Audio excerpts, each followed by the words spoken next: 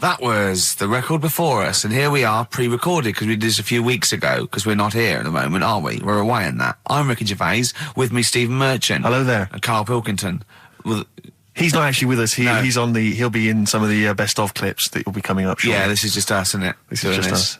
We did this, when did we do this, Rick? A couple of weeks back. Hold on, what is it? It's the 27th today. Yeah. I enjoyed Christmas. I loved Christmas. I loved Christmas. I had a great time. What did you get? Loads of presents. So did I. I'm glad they made it to number one. I'm really glad. Stroke, he, she. Yeah, I'm really glad that the pop idols, Cliff Richard, Westlife, made it to number one. Bo Selector. Yeah, just delete that. Yeah. Okay, well, we're going to play some of the best of, some of the greatest moments of the last 3 weeks. Yeah. Ever heard on XFM 104.9. What about this? Do you remember this one? Oh, which one is it? All right, so here's the first bit. His homework was to come up with one of those stupid lateral thinking problems. We maybe should give an example of the. Sort of genre. Romeo and Juliet. Right, Romeo's asleep on the bed, Juliet's on the floor, covered in water and broken glass. What happened?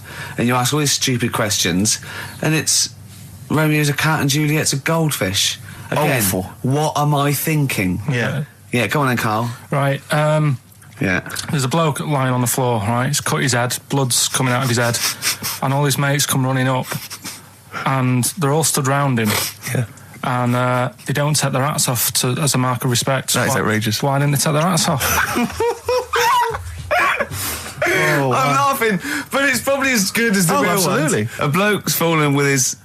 Yeah. He's lying on the floor. Yeah. He's dead. Yeah. His mates come running up. Like, Was it important that his head was cut?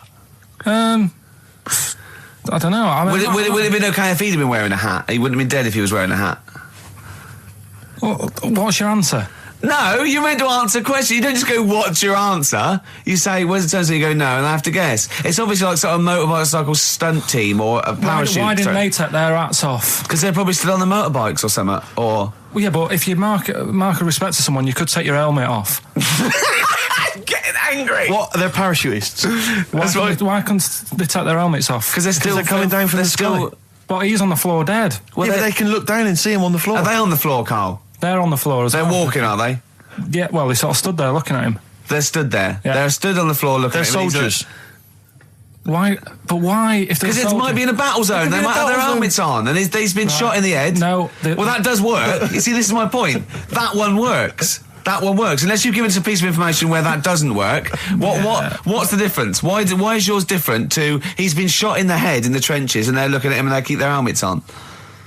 I just don't think it matters as much. If they're in the trench, they're already guarded a little bit, so they could take their hats off. It's the best mate, for God's sake. Okay, he's dwelling on this. Are they normal hats? What kind of hats are Give they? the answer. No, don't get ratty. What kind of hats are they? Baseball hats? If I told you what sort of hats they are, you'd have the answer. Wow. Okay, I've got to guess what sort of a hat it is then, have I? Right. Is it a trilby? No. Is it a bowler? I know what it is. What? They're spacemen. No. Oh, that's a good one. That one though. works as well. This is my point. I like that one a lot. It works. He's fallen on the moon, and not that the moon happened. It was set up, wasn't it, in the studio? We know that. Yeah. Okay, Karl. What's your answer? Builders on a building site. Why is that different to soldiers? Because bricks don't fall in wars. But bullets fly. Right. Let's play a record and we'll come back to it, Karl, while you think about what you've done. Oh yeah, you've embarrassed Let's play yourself. some classic Suede. Yeah, and this is for David and Kieran. I think you wanted a bit of Butler. What do you make of the first genetically modified baby? Oh, Are you worried about this? Do you know what did they do? What? Let me see what it says here. It says, isn't it just choosing the eye colour? Well, this is the concern, isn't it? That in the future you'll be able to decide whether it's a boy or a girl, how intelligent it is, what it looks like, is it handsome, is it ugly? Obviously, no one will choose an ugly baby, and so on and so on and so on. And so it means that where will it lead? Where will it end, Karl? Are you concerned? I've thought about this a lot. What will us three look like in the future if they're being, genetically modified beautiful people? What will we be like? How will we be considered in society? True, yeah.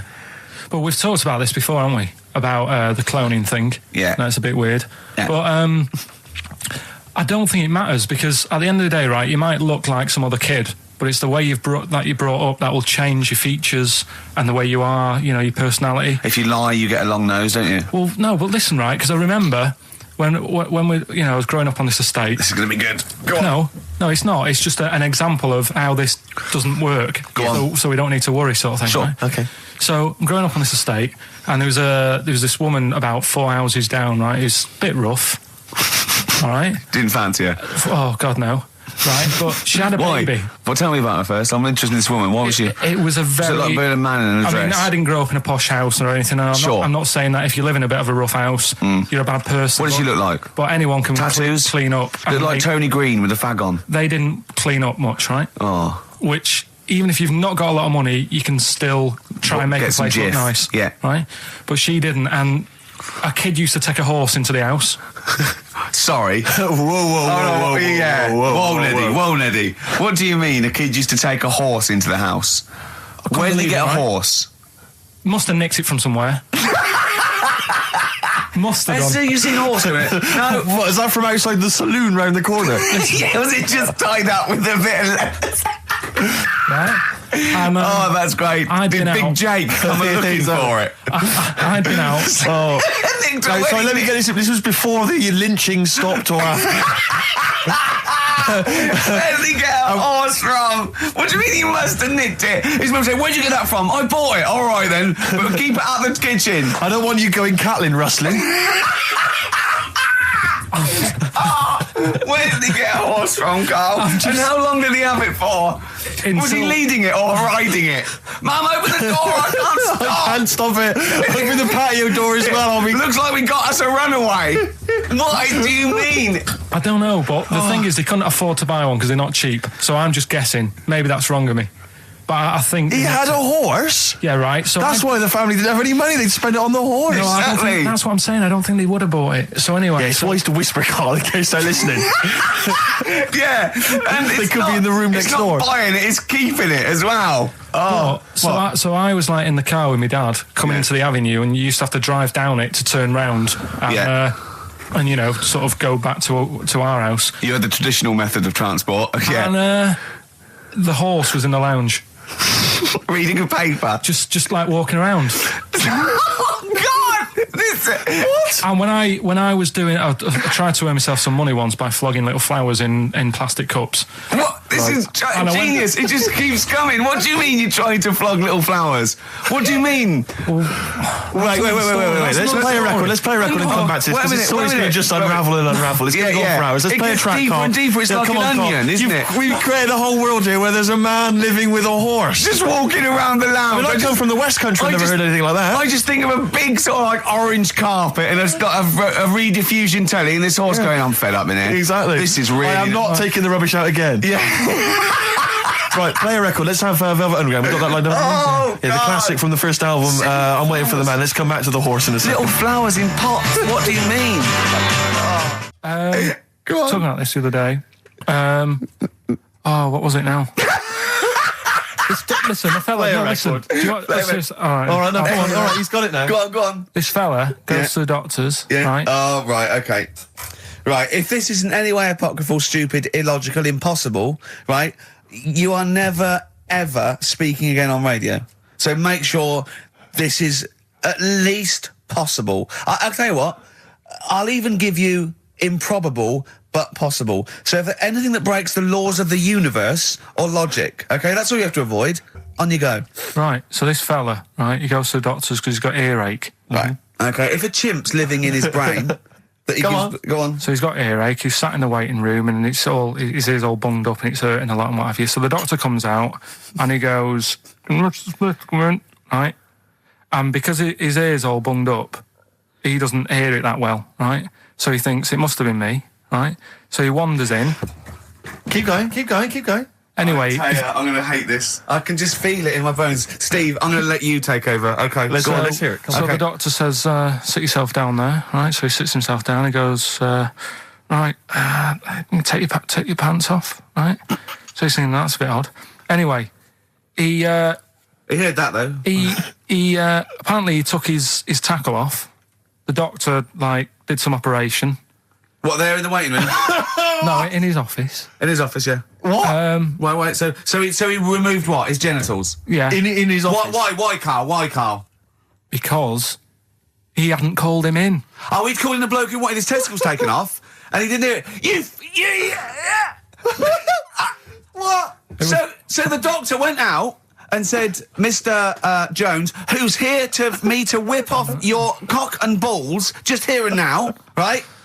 Bloke comes in, didn't it? It must have been me. So the bloke who wanted his balls taken off didn't say, I think he said me. So he didn't interrupt then. So the bloke goes in, he starts taking his testicles off, and he doesn't say, I'm here for me ears. What are you doing with that?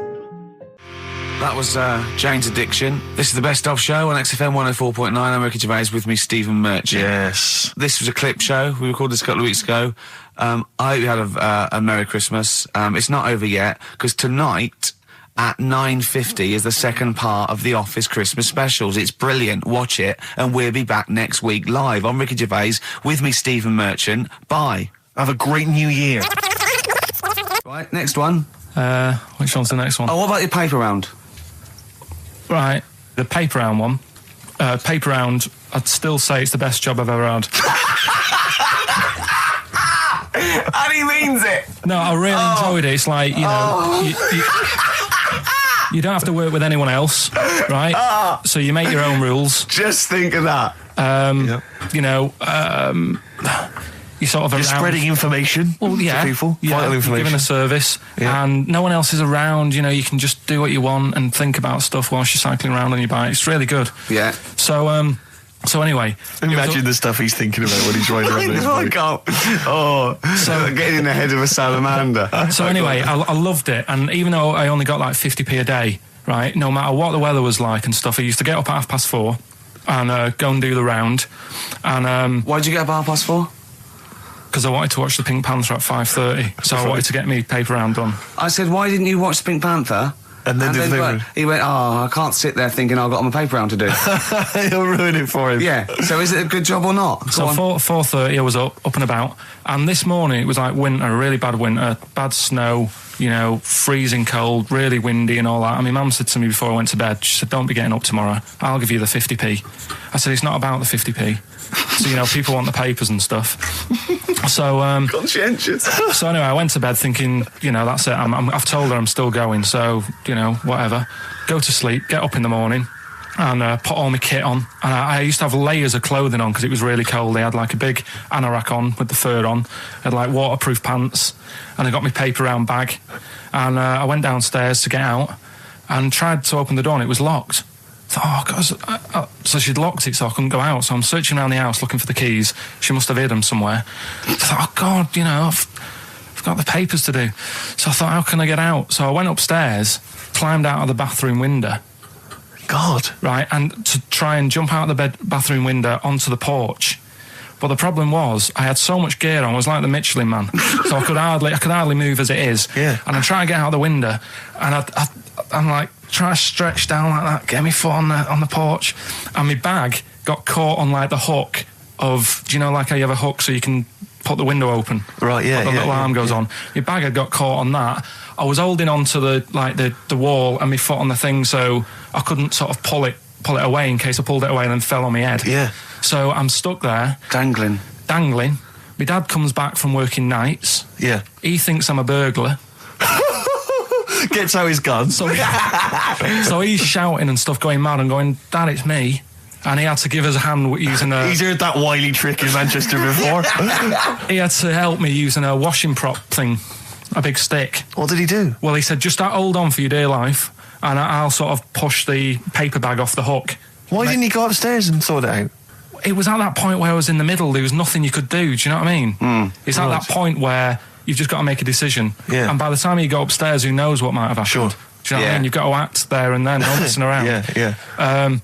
So and you could hear downstairs, now here he is, the Pink Panther. Yeah. Dad! Hurry up! Panther, ever so pink. Oh. So that was close to death, because I must have been about 30 foot in the air. So, to cut a long story short, he gave me about 4 or 5 near-death experiences, and he went, and the whole point of this, he went, so that's why I think I'm going to die of something horrible, like cancer. And I went, why? He went, right, you ready for this? Yeah. He said, Well, I don't check my balls. Wait. He said, I don't like the feel. Carl, always check your balls. Do you I check don't like the yours? feel. Why don't you like the feel of your own balls? They just... I mean, you know that I don't like bodies anyway. Right. Do you know what I mean? It worries me a bit that you've got all that going on in your body, right? And your skin's keeping it all in place. Stop.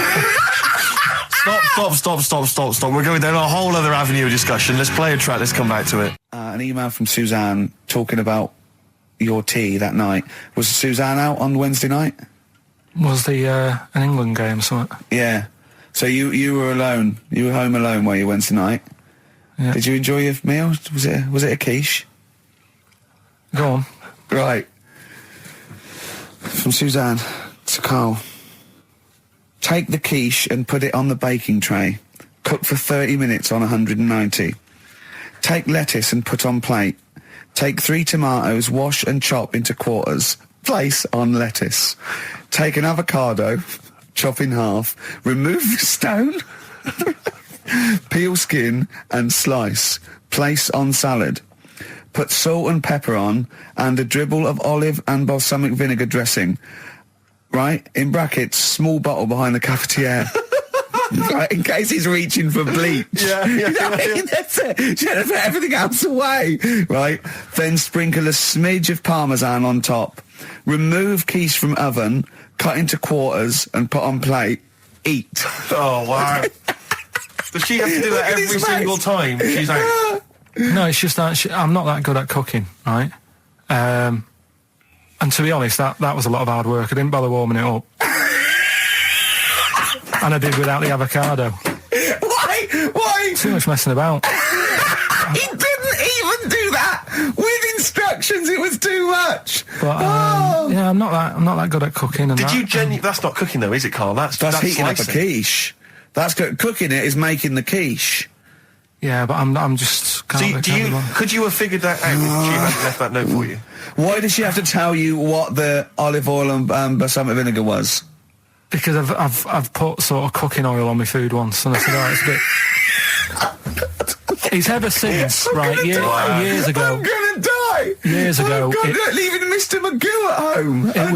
It was ever since I put sausages in the toaster that. What do you mean? I nearly set the flat on fire. Because do you know, like when you're grilling food in a pan and all that? Yeah. Sort of sausages spit and it goes everywhere, doesn't it? And it makes everywhere greasy. In the toaster. So I thought, well, just want to warm them up. Yeah. Bung them in the toaster. Yeah. What happened? And she sort of caught. Well, they got stuck and they sort of caught on fire. I imagine. She came in just as I was sort of plunging it, and Marty came in from work. She said, "What are you doing? I said, I'm in sausages." Well, the oven isn't on. I know they're in here. What? You turn it off? Panicking and that. But I've never been into it. I've never been into cooking and that. At school and stuff, I didn't bother doing it. Oh, every time Suzanne comes home, she must think, please be the house still there. Yeah. Please not let me hear a fire engine as I come round this corner. Oh, God. She comes and goes, oh, God, thank God. I bet she's always happy to see you when she gets home and you haven't burned the place down or introduced some howler monkeys or something. Unbelievable. What I find extraordinary is there are people who are in sort of care in the community who don't need instructions on how to prepare food. Oh, they do. They can do it. Yeah, you show them once. Yeah, they do. Whatever you do, don't put sausages in the toaster, Johnny. Do you know what I mean? Yeah, and they've don't, learnt it. They don't put sausages in the toaster.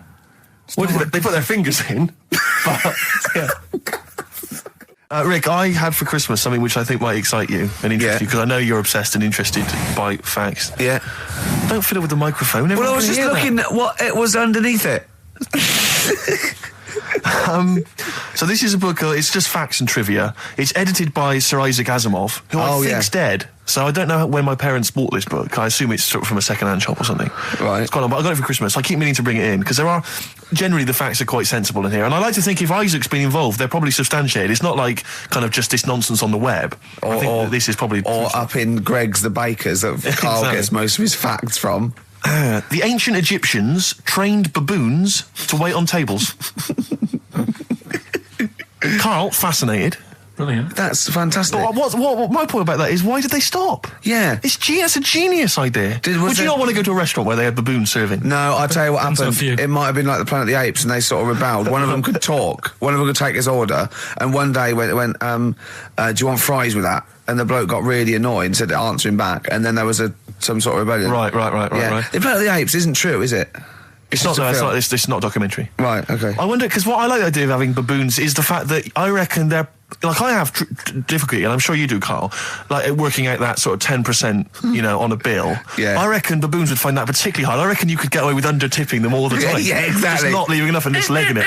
Exactly. They go away and you go, sucker. Yeah, exactly. So I'd love to see some baboon restaurants. If there's any restaurateurs out there, so Terence Conran or someone. If you do go to a restaurant and you've been waiting on those, please don't order the banana daiquiri, because it comes half-eaten. They can't help their little selves. They really can't. They're okay with, like, you know, beef and steak and chips and all that. But there's a little bag. I go, do you... Can you imagine that? The baboons serving at waiting tables. It's genius. Just stop to think about that. It's absolutely incredible. Yeah. It's absolutely dynamite. Yeah. See, zoos would be a lot more popular if there was, like, the canteen and you could go... If they were serving tickets to two, exactly. One child, okay, go through there. But I think they should do other things, like in the Flintstones, they used to mix cement in that bird's kind of... Pelican, yeah. We should start doing that again. Because that also happened in ancient times. Yeah, exactly. According to the Flintstones. Yeah, before they had proper cement mixers, that's what they did. That was how they did it. Definitely. Carl's all flustered because there isn't a record set up, and he's getting all tizzy. He's been more worried about his competitions than sorting out putting records on ready. What? I'm after Steve's Song for a Lover. Well, I'll tell you what, why didn't you carry on with your educating Ricky section? I'll have a look on the We'll keep it going, Steve. Yeah, go on then. Right, okay. We've had a few emails. Anyone got it right, Carl? Anyone got it? Educating Ricky, that's the final one. We've got to get that out of the way. We've got to get Rockbusters as well, though. We can do that at the end. We can Go on then. But we've only got 5 minutes left. Come on, just do Educating Ricky. Right. God. The last one that we haven't done is he's a bit of a nuisance. Go on then. Again, not really that interesting. Thanks. Telling you this one because come on, just do it or do it now. Steve, how we doing? Look, no, never mind that. Look, just tell me what that means. Oh, he's a nuisance. Oh, this is so annoying, Carl. I'm going to go mental. Right, talk. Right, listen, I'm just putting this in here, right? Right, nuisance is a bit of a nuisance. Yeah. Apparently, the old fella who used to hang people. Yeah. He used to be able to tell somebody's weight just by looking at them. Right? That's a bit of a bonus fact. We'll be the judge of that. The thing that I wanted to tell you is money for old rope. Do you know what I'm saying? I can't even be bothered. Yes, you're going to tell me now. Come on, Carl. Right, I mean it. Basically, money for old rope came from the... right. What was all that about? He can tell someone's weight. What was all that bonus for? fact. And blind blessed shitting himself. What are you... What? Look at you... No, tell me that now. You nearly made me swear then. I'm getting really annoyed. I'm getting really annoyed now. Tell me this back, Carl, or I'm going to go mental. Come on, Carl, time's running out. More that people years ago, when people used to be hung, right? Right. If you didn't like the person who's been hung, you'd go, God, I really don't like him. And so you never forget the time. Because even if they're being hung, we take that as read. Yeah. So they never forget afterwards to get the hangman to get the rope and to cut it up into little pieces, and he'd sell them. He'd sell the little pieces of rope to people. See, Carl, that's the most interesting thing, if it's true, that you've come up with. Right, okay. And so so they sell the rope? They sell the rope, and it's money for old rope. Money for old rope? Meaning, like, God, it's easy to make money, all they have to do is cut it up and sell it. I'm cynical. I'm not so convinced. Right, listen, we're really tight. We haven't even got time for a last track. We've got an ad break and we've got to give out... Okay, do the answers then. This is ridiculous. XFM 104.9 of a Saturday. Ricky Gervais with me, Steve Merchant. Hello there. But we're not here. No, we're away. So this is the best of, and I hope you're enjoying it. We certainly are. Right, is this talking about diets and stuff, right? Go on. They've come up with a drug that they tested it out on a mouse, right? They said, it's a problem that weight is a big issue in the world, and, a lot of people are depressed, and that probably like Rick Waller. Well, right? I'm depressed looking at Rick Waller. Well, Oh.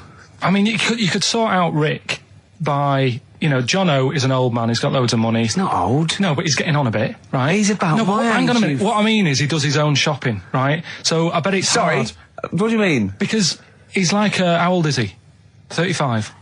Right, he's got loads of money. He does his own shopping. So when he goes to the supermarket and he passes, you know, the sponge cake section, it must be tough when you've got loads of money to burn. That you go, oh, just one more. Yeah. One more. Look, we are getting close to libel here, I think. No. But I'm saying how it is because I've tried like losing a little bit of weight. Have you? And it is difficult when you're in Waitrose and you see a little chocolate muffin and you think, well, one more and I'll do without. Do you like a little chocolate muffin now and again? Well, yeah, right. Is that your favourite thing? So the thing is, let him finish his point. So the thing is, right now with Rick, he lives at home with his mum. So why doesn't his mum just say, "I'm going to buy less this week, and if you eat it all, you're not getting any more." Yeah. That's sort that. Does he live Short, with his mum? sharp shot. I bet he does. I bet he does. So you don't actually know if this is true or not. No, but anyway, right? So this drug they've come up with. They've tested this on mice, haven't they? They've tested No, I'm worried if they haven't tested it on mice. Thank God for that. It's definitely been tested on mice. Definitely. They fed a mouse a load of cake. Yeah. Right? And it went a little bit chubby, and he said, "Right, stop a minute." And then they gave it this drug that makes you lose weight. Yeah. And its weight went down, but the only bad side effect was its eyes were popping out. Well, that seems to be fine then. Let's give it to Jono. There doesn't seem to be any problem. Oh, with let's Rick should get some of that. Yes, Truth, Doc, look at these. Oh, Jesus, Jono, your eyes are popping out. That happened to the mice. Sorry? That happened to the mice. But what do you mean? That's the option. What do you mean that's the option? So I love the fact that your choice is either be like a fat, happy man who has the odd sponge cake, or a stick man with eyes on stalks. I mean, Steve's chosen that. All right, calm down. I thought we were slagging off Rick Waller and fat people. Sorry, Let's mate. have a go at the fat people before we start on me, Rick. Yeah, no, I didn't. I forgot. I mean, it's like... Yeah. Because I've got some issues and body issues. I know. But Rick Waller's grotesque, you know. Yeah, sorry about I'm that. just a little bit weird. I mean, do you know what I mean? Yeah, should we play a song and... Well, I'm just a little bit offended. That's upsetting. So we just had a text here that says, and I don't know what truth there is in this, as ever, but John says there is apparently a nude bike ride today in Hyde Park. Now, I can't believe that's the case, because I don't think it's allowed, is it? You can't ride around with your veg jack, can you? I don't know. Why would you want to? Well, good point. On a bike. On a bike, I like the fact that that's what disgusts him. I want. Do you know what? If we did appeal for a nudist to call in, I'd want a very specific sort. I want a German nudist, a middle-aged man called Helmut. Okay. If there is any, or the closest one to it. So I want a middle-aged man from Germany. If your name is Helmut, you're in. But I'll accept Hans. Carl would be good, wouldn't it? All right. Yeah. I think I'm wondering if the age might. Maybe we could we broaden that Okay, a just little bit? a German nudist bloke. Right. Can he at least be fat? Can I find a fat German fella? If your name's Helmut, we're going to give you a big prize. Yeah. But, any fat German fella who likes to get his sausage out. Sure. Okay? It's sauerkraut. Yeah. What's the phone number? 0871 222 1049. It'd be good just to get an email or a text with a contact, wouldn't it? And then I can just call them up in the week. Sure. And 83936 is the text number. I don't know what our audience demographic pans out like, Rick, but I'm suspecting that's probably a fairly small fraction of our listenership. I know, but there must be someone out there. If you know a fat German who likes to get his tackle out, a phone's going. Straight away. Just answer it, Carl. Just answer it. Just pop that. It could be anything. Well, just see what it is. To be fair, it could be a nutter. But just say hello. Just tell your turn. It's not straight away. He'll stay there, won't he? He'll stay there. Well, answer it. Let's leave it. Answer it. Oh, you see this? It's gone. There you go. He bottled it. So, just as well. Well, you took too long to answer it. There's a vicar in Australia who started sort of doing his services and all that in nude. Hot, isn't it, out there? Yeah, where'd you get the churches aren't. Churches are pretty cold. It was on some website. Of course it was. Yep. Just saying about a vicar and that who's there's a lot of nudists and that who want to get married. Do it, don't mess about with the wedding dress and that. Just snip up. Cheaper, isn't it? Well, I suppose it's so. I suppose if you believe in God, you believe that that's the way to be, innit? Because Adam and Eve and that. Yeah, but then in Adam and Eve, the shame made us dress up, didn't it? Yeah. Eating the apple and things. Yeah, but God didn't want that, did he? No, he wanted to see it all. He was loving it. He was having a whale of time getting a knife full of all of that, and then the snake said, cover yourself up. Stitched him right up. Just like, for example, that's why your balls are on the outside. Because the cells have to be a certain temperature to survive. I don't know if it's the sperm or Sertoli cells, but they have to be a couple of degrees below body temperature. Otherwise, they'd be in a nice cage and we wouldn't get kicked in the nads. What do you mean? That's why your testicles are on the outside of your body. They have to be a couple of degrees below body temperature. Yeah, but it's not... That isn't why they're there. You see, this is like the chat we had last week about the giraffe having a long neck. What do you mean? They're there because that's where they happen to be. They didn't go, right... Well, that's what evolution is. It's a selection process. It's not a will. The balls didn't say, look, I'm too hot, let's get us outside, let's get outside of here! All right, hang on a minute then. What? So a little man monkey, right? Theirs are in the same place as ours. Yeah. But they're walking around naked, so it could be anywhere. They could be, like, on the back. It doesn't matter where they are. They call it... Well, they could be on the back, yeah. So why aren't they? This is a completely different... Steve! You started it! I wash my hands of the whole affair. And we're not only back to balls, but we're back to monkey balls. Yes. In one thing from about parasites, we're back to monkey ball news. Yeah. How do we get back to chimp testicle news? All right then. So this worm's in a fish. Yeah. It's like a little platyhelminth. I think it's some sort of. But what I mean is, why are they about? What do you mean? They Why? evolved. But why haven't they died out? Because they're very successful. Yeah. What do you mean? Yeah. What do you mean? Yeah. Tell me the brain event that made you say yeah in that 1 second gap. Because in a way I don't get it, and if I think about it too much, it hurts a bit.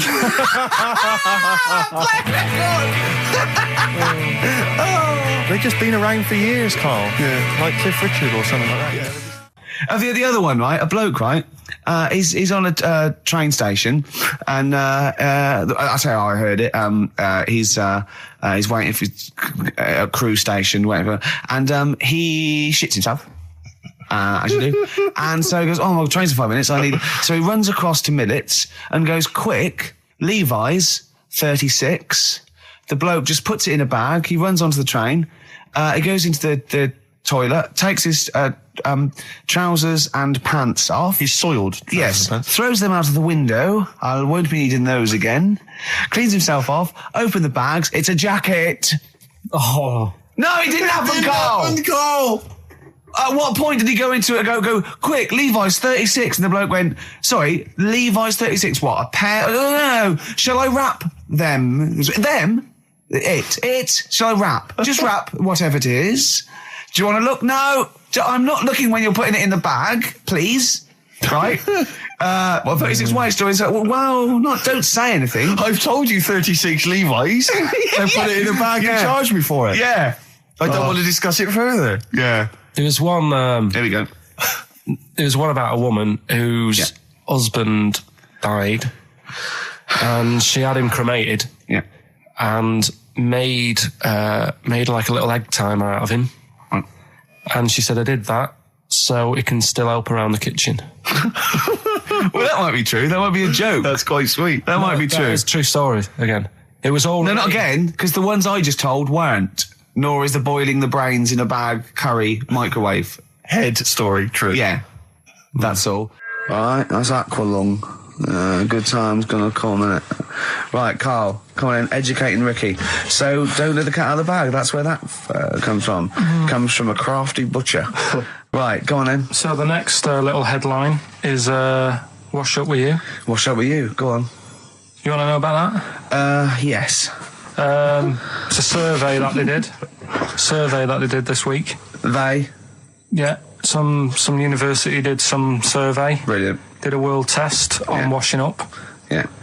And each country were given 140 pots to clean. Brits were the quickest. Yeah. Yeah. Turkey were the slowest at washing up. The Turks. It's not because the little fellas that work in the kitchens with no... Is it? They can't reach. Spain were the cleanest, and the Germans were pretty good as well. So I don't know where to start with this. Honestly, Steve, I don't know where to start with that. Sorry, what was that? Wash up with you? That was it.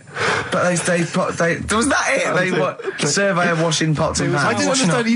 You said Italy were the cleanest. No, Spain. No, Brits were the quickest. Yeah. We were the quickest, but Italy was the Spain was cleanest. the cleanest. Turkey were the slowest. Yeah. Spain were the cleanest. But why weren't we clean then? Because we were washing it. Why were we not paying attention to the We bits did it of dirt? rubbish. We did it quick. We did it quickly, but I don't understand why it was being rated on. Who was doing it? Was it Lynette Newman or Ainsley Harriott? She's quick. Both of them are quick. Yeah. Well, they've got like kind of loads of slaves that do it for them. Did we use fairy liquid? Don't know. It didn't have. Did we use a whole bunch of Boy Scouts? Didn't say that. Just Like said,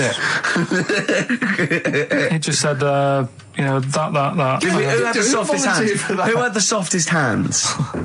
So it didn't say. I didn't. Why is it we don't get notified that this is taking place? I don't know. When I was a kid, no one ever said, we need recruits because we're doing a survey on who can wash up the quickest. Are you disappointed in yourself with that one, Carl? It is pretty dull, to be fair, and that is why we've got to bring in either con merchant or a wine merchant. Or shut up at your face. Yeah. Would you be able to, if I put you on the spot in the next, after the next record, would you be able to give an example of how con merchant would work? I mean, is there something you could do just to sort of experiment? Should we play a record? I can do better than that. What? Ads. Go on. Oh. Well, if you've just tuned in, it's XFM 104.9. You've got that bit right. Ricky Gervais Show with me, Stephen Merchant. Hello there. Carl is actually in a little booth. We're not in the studio, you see. This is pre-recorded. We recorded this last week because we're away. And it's sort of like the best of the last 3 weeks since last time we were away when we put out the best of. What was that one you told me about with the porn? That was a good one. Oh, this was fantastic, right? Right. There was this. Sorry, can I just check now? We're just remembering classic episodes of the Tales Unexpected. No, this is important. Well, I saw one, right? I saw one on Tales Unexpected, right? And it was these two gents. What they used to do, they look down the obituaries and they'd blackmail the wife or the son of a dead eminent person, like might be a priest or a doctor, or something, and they'd go and they'd say, he bought some erotic stuff from us before he died, and he owes 100 guineas and all this sort of stuff, and they'd pay up because it'd be so embarrassing. They just didn't want them to say, just pay him, right? And this one bloke said, who are these people? I'll meet with them. And he goes round there, and they go, your father, he goes, my father could not have bought any erotic material from you. They did it, he goes, he couldn't have, he's blind. Right, and that was the twist. And Carl went, so it was magazines, not videos then. Yeah. Now think about it, Steve. Is that so stupid? Well, presumably it was set in olden times because professional pornographers don't tend to call it, erotic material. Yeah. They tend to call it, juicy jugs or whatever.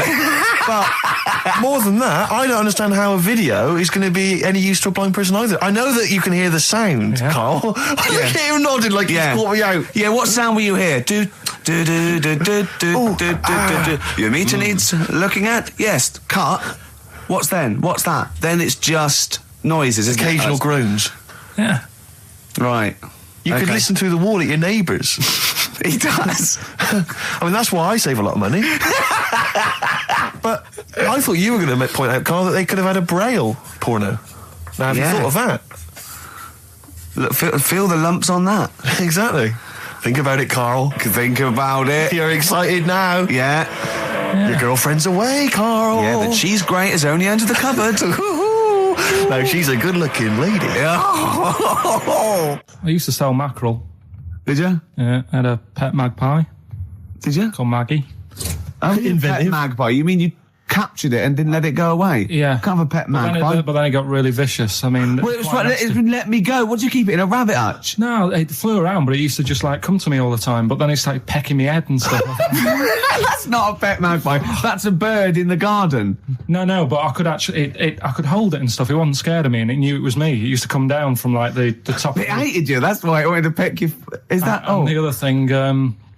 I always remember being younger and walking through the woods to school with my mum, and I was chasing a butterfly, and she said, "Oh, don't do that, Carl." And I said, "Why?" She said, "Because they only live a day." I said, "Oh, all right, I'll get a dead one in the morning." That's genius.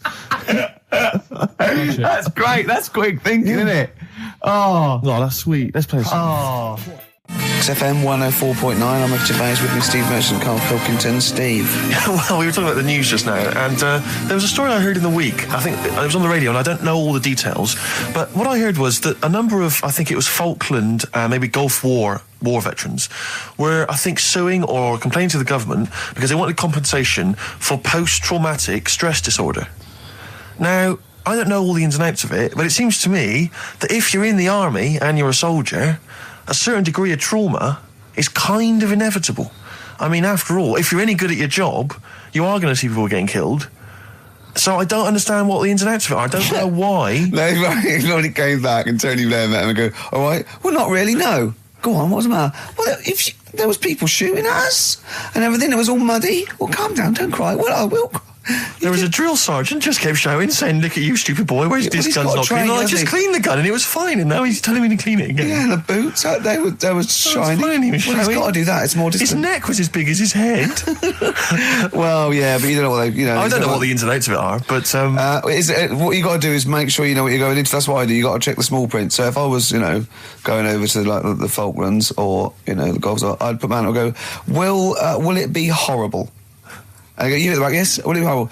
It will be horrible, yes. It will be horrible. There will be shooting and lots of death and everything. I go, right, I'm not going to go. And I go, exactly. Okay then. Okay. That should be fine, yeah. Should be fine, yeah. Just like that. Is anyone else scared about this? Pretty much all of us. Okay, then we won't send anyone then. Exactly. My brother went into the army, right, because he couldn't get a normal job. And my dad said, if you don't get a job by such a date, that's it, son, you're going in the army.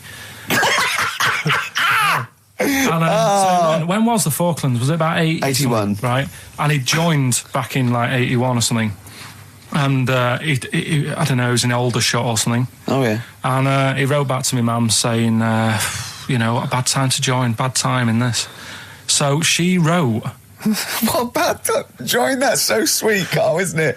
That's like, dear Dad, yeah, well done. Don't know if you've noticed. Yeah. I was on the dole, that's for sure. Thank you for joining a month before the Belgrano. Anyway, go on. My mum called up, spoke to the sergeant and said, can you leave him out of this one? Can you leave him out of this one? What, the Falkland War? He's only just joined, and she called him Chuck, which he got done for. Like, she's one of them, I think it's a northern thing, like saying, how are you, Chuck? Yeah. And she called the sergeant Chuck, and the sergeant said to my brother, your mum, she's called up and asked if you can not go, which, of course, we'll see how it goes. But can you tell What do you mean? Why did the sergeant even entertain this? Well, Pilkington, come here. Your mum's been giving me a bit of earache. Now, listen, tell her I've told you, but can you call her, because she called me Chuck and everything. Can you call her and say you don't mind? Well, not really. Oh, please, because I've promised her say you want to go. No, please, say you want to go. Why was he entertaining this phone call? Because he was new to the army, I suppose. Who? No, I mean the sergeant. I don't know, maybe they do that. So what happened? He didn't go in the end? So he didn't go, no. You can't do it. That's ludicrous. I love it, though. Okay, we went over the top. Pilkington, I've got a note. Yeah. Is this really your mum? Yeah. Okay, no, this seems to be in order. Because I noticed it says, I do not want to go into the army, I don't want to go and fight, and it's crossed out and it's good, mum says don't go. Now, you didn't write this yourself? No, my mum wrote this. Okay, you definitely wrote this yourself. Your excuse. You're going to have to fill envelopes. No, I'm sure if he was needed, he would have had to go, but I think they made a bit of a special effort. They sort of said, Well, it wasn't conscription anyway. Oh, no, I was seeing... Were the other soldiers going around just going... Pilkington... No, he ended up being a mechanic in there, and he got kicked out for going for a packet of fags in a tank. What? Now, wait a minute.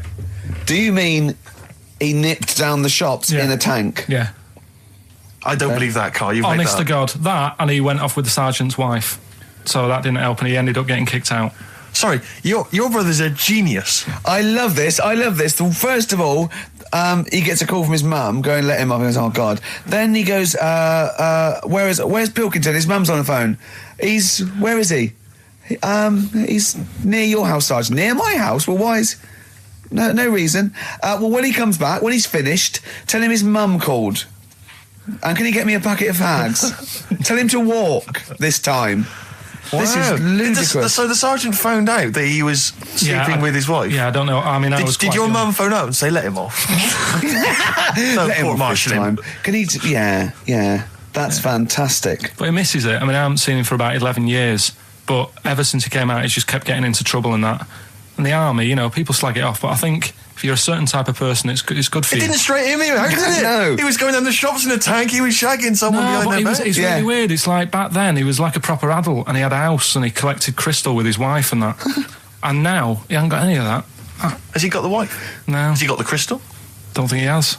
And he hasn't got the house. Seriously, I haven't seen him for about 11 or 12 years. I haven't even spoken to him. Carl's stories always start off nice and funny, and then they just leave me empty and slightly depressed. I don't know whether to hug him or shoot him, put him out of his misery. Can we take Carl to the... phone in if you think I should take Carl to the vets and have him put down, because it's just too stressful. He had some Germans laughing at him on the tube because he recognised him. You don't think of that? Well, because obviously Ricky doesn't travel on the tube anymore. He's too rich for that. I never did. I always thought it was beneath me. Sure, but I used to walk everywhere, didn't you? But I'm still forced to. Take the tube, and I sat on the tube, and it pulled up, and outside the window, just happened to be on the station, was one of the posters with us. So I was kind of there, not realising it was behind me, and these big kind of fat German or maybe Bavarian guys. Well, they're in lederhosen eating sausages. Yes, they were. They're Bavarian. Yeah, they were. And I noticed one of them kind of looked at me, and then looked at the poster, then looked at me, just happened to say it, and wittered something to his friend in German. You know, I don't want to try and do an impression. That's freaking goggle-eye. Oh, whoa. I think that... No. But I know what you're thinking it means. It doesn't mean that. Right, okay. It means... What's a rough translation? Elegant boy. Right, okay, yeah. And so anyway, He pointed out the poster, and his that's mate... lanky piss and streak. and his mate burst into laughter. And then we pulled they've got a great sense of humour, the Germans. Well, that's indeed. the thing. But we rumbled onto the next. We rumbled onto the next station, and the poster was in exactly the same place. And this time, they tapped the shoulder of someone else on the train and pointed me out, and that person also laughed. An Italian. There was a French. Was there a bloke with a beret, a little moustache on the other side? Yeah. Was the United? Did you get on the United Nations Express? Imagine that. Yeah, it was fake. See the freak. Look at this freaky goggle eye. Right, whereas I love the fact that before you were at least pretending to be speaking German. Now this is an Italian with an accent. It's just a guy speaking perfectly good English. Same. You've not even disguised the insult there. Oh dear. Oh, that'd be lovely. Try and insult me in other cod languages. You could bring Europe together if they just instead of Esperanto, that there was just one common language. The language of freaky goggle eye. I'll tell you what would bring the Europe together is you maybe representing England on the Eurovision Song Contest. That would be great. With a self-penned tune. Should I do that? That would be magnificent. It's got to be worth thinking about. Just about everyone being the same. Yeah, just about people being equal. Everyone, not everyone. and also mentioning the euro. Yeah. Just doing that. I like all different cheeses. Oh, je t'aime la musique pop. Yeah. La baby belle. Et le cheddar. I'm not fluent in French. Le grand fromage. Yeah. I'll be lovely, won't it? And they'll all be there, all in their different. Well, every uniforms. line could be maybe in a different language. Yeah, and what would I wear? I'd wear sort of like a kilt. You'd wear a kilt, but you'd also have on your head one of those kind of big, what are they called? Those big furry hats that beef eaters or whatever wear. Or one of them. Is it kind of a busby or something? A busby? Yeah. Wear one of those, or maybe a kind of policeman's helmet, a Bobby's helmet with the kilt. Yeah, you'd have the clogs. I'd wear the policeman's helmet under the kilt, so they just thought I was really enjoying the show. Yeah. Good idea. Hey? Excellent. I think we talked for about 3 minutes without having to mention some kind of genitalia. We should celebrate by playing one of my tunes of the year. Really? What one is it? U2 Electoral Storm. I know you're a big fan. I know you're a big fan. Good choice. Well done. Cheers. All right, this is Carl, the producer of Ricky Gervais and Stephen Merchant on XFM 104.9. We're playing out some of the best bits. Hope you're enjoying it. Here's another one. 3 holidays Carl's had this year. Last year. Yeah. I'd love to have 3 holidays. You've got to start putting the work in there. 2 holidays then. No, you had 3 holidays. You went away with Suzanne and her parents. Yeah, well, that doesn't count. It does count. If you book 2 weeks off the firm, you go away and you go, how was your holiday? Go, well, it didn't really count. It wasn't a really good holiday. Can I have them days back, please? My New Year's resolution is to be nicer to you, but well done, you've already broken that. No, but talk sense. Talk sense. You've had 3 holidays this year.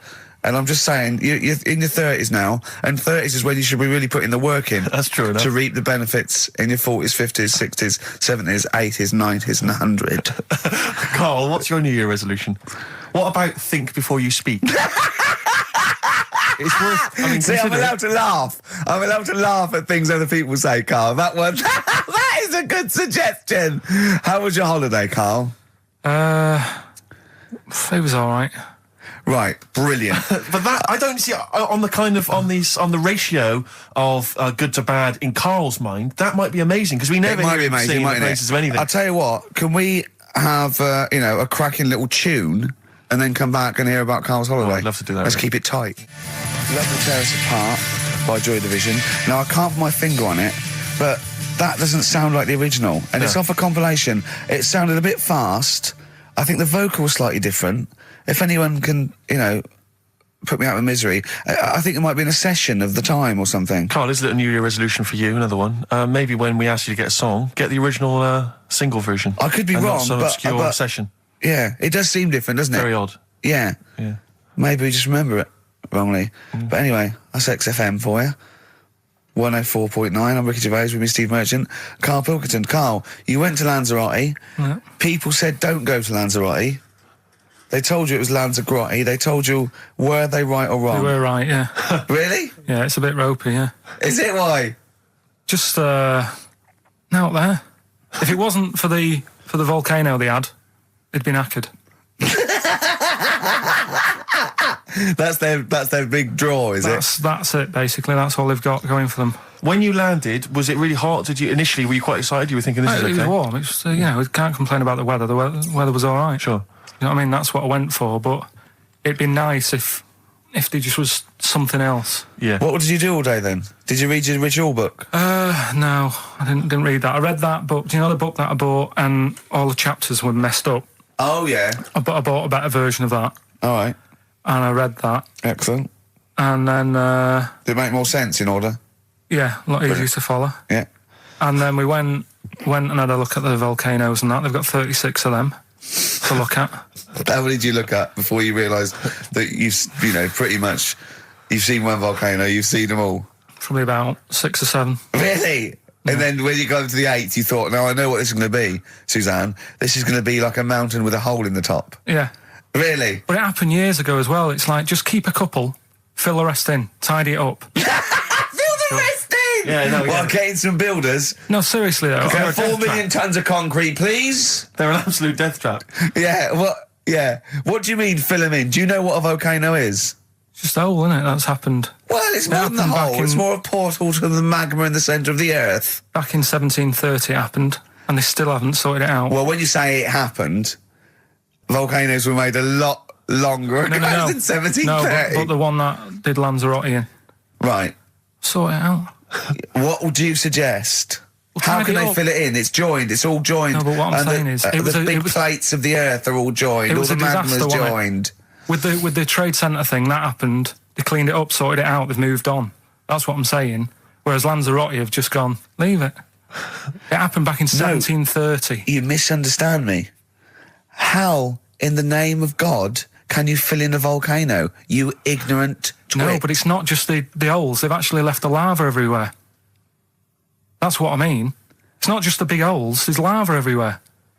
But it's molten rock. They can't just pick it up like they're like a carpet. Put it in the holes. The holes are there ready. Just push it all in. That's what I'm saying. Carl, have you ever logged on to Friends Reunited? It was the site that everyone was talking about last year. No. Are you aware of the concept? I've heard about it, but there's no one from school who'd want to see it Hook up with. again, really. So basically, for those that don't know, you have to log on to his website, and then it helps you track down your old schoolmates if they've also logged on and stuff. And we took the liberty, really, of looking on the Friends Reunited site and typing in your school and trying to track down any of your old mates. We didn't get in touch with any of them, don't worry. We didn't do that. We're not going to surprise you with them now. No. But I was just interested to know, like, some of your thoughts on some of the names that I could run past you. I mean, these are people from your year.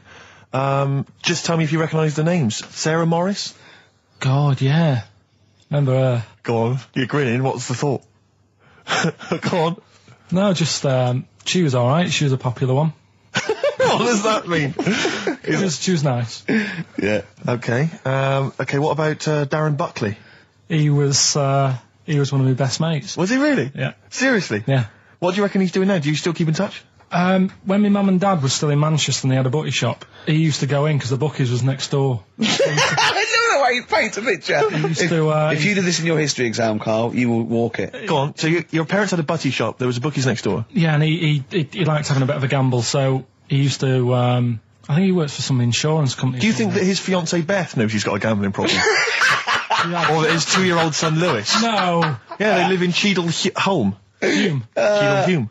He must be doing well. He's still supporting the Blue Army and frequents the shrine on a fortnightly basis. Funny thing with him is, right, when I used to stay over at his house, and his dad was a copper, and I remember his dad came down and said, right, I want to see you two. And I was like, oh God, what's happened? And got us round the table. And he said, do you know much about drugs? So we were like, what's all this about? So he goes, you know, they're not good for anyone, you know, the stupid thing to get into. And we're like, yeah, we know. And he went, you know, do you? We said, yeah. He said, what's this then?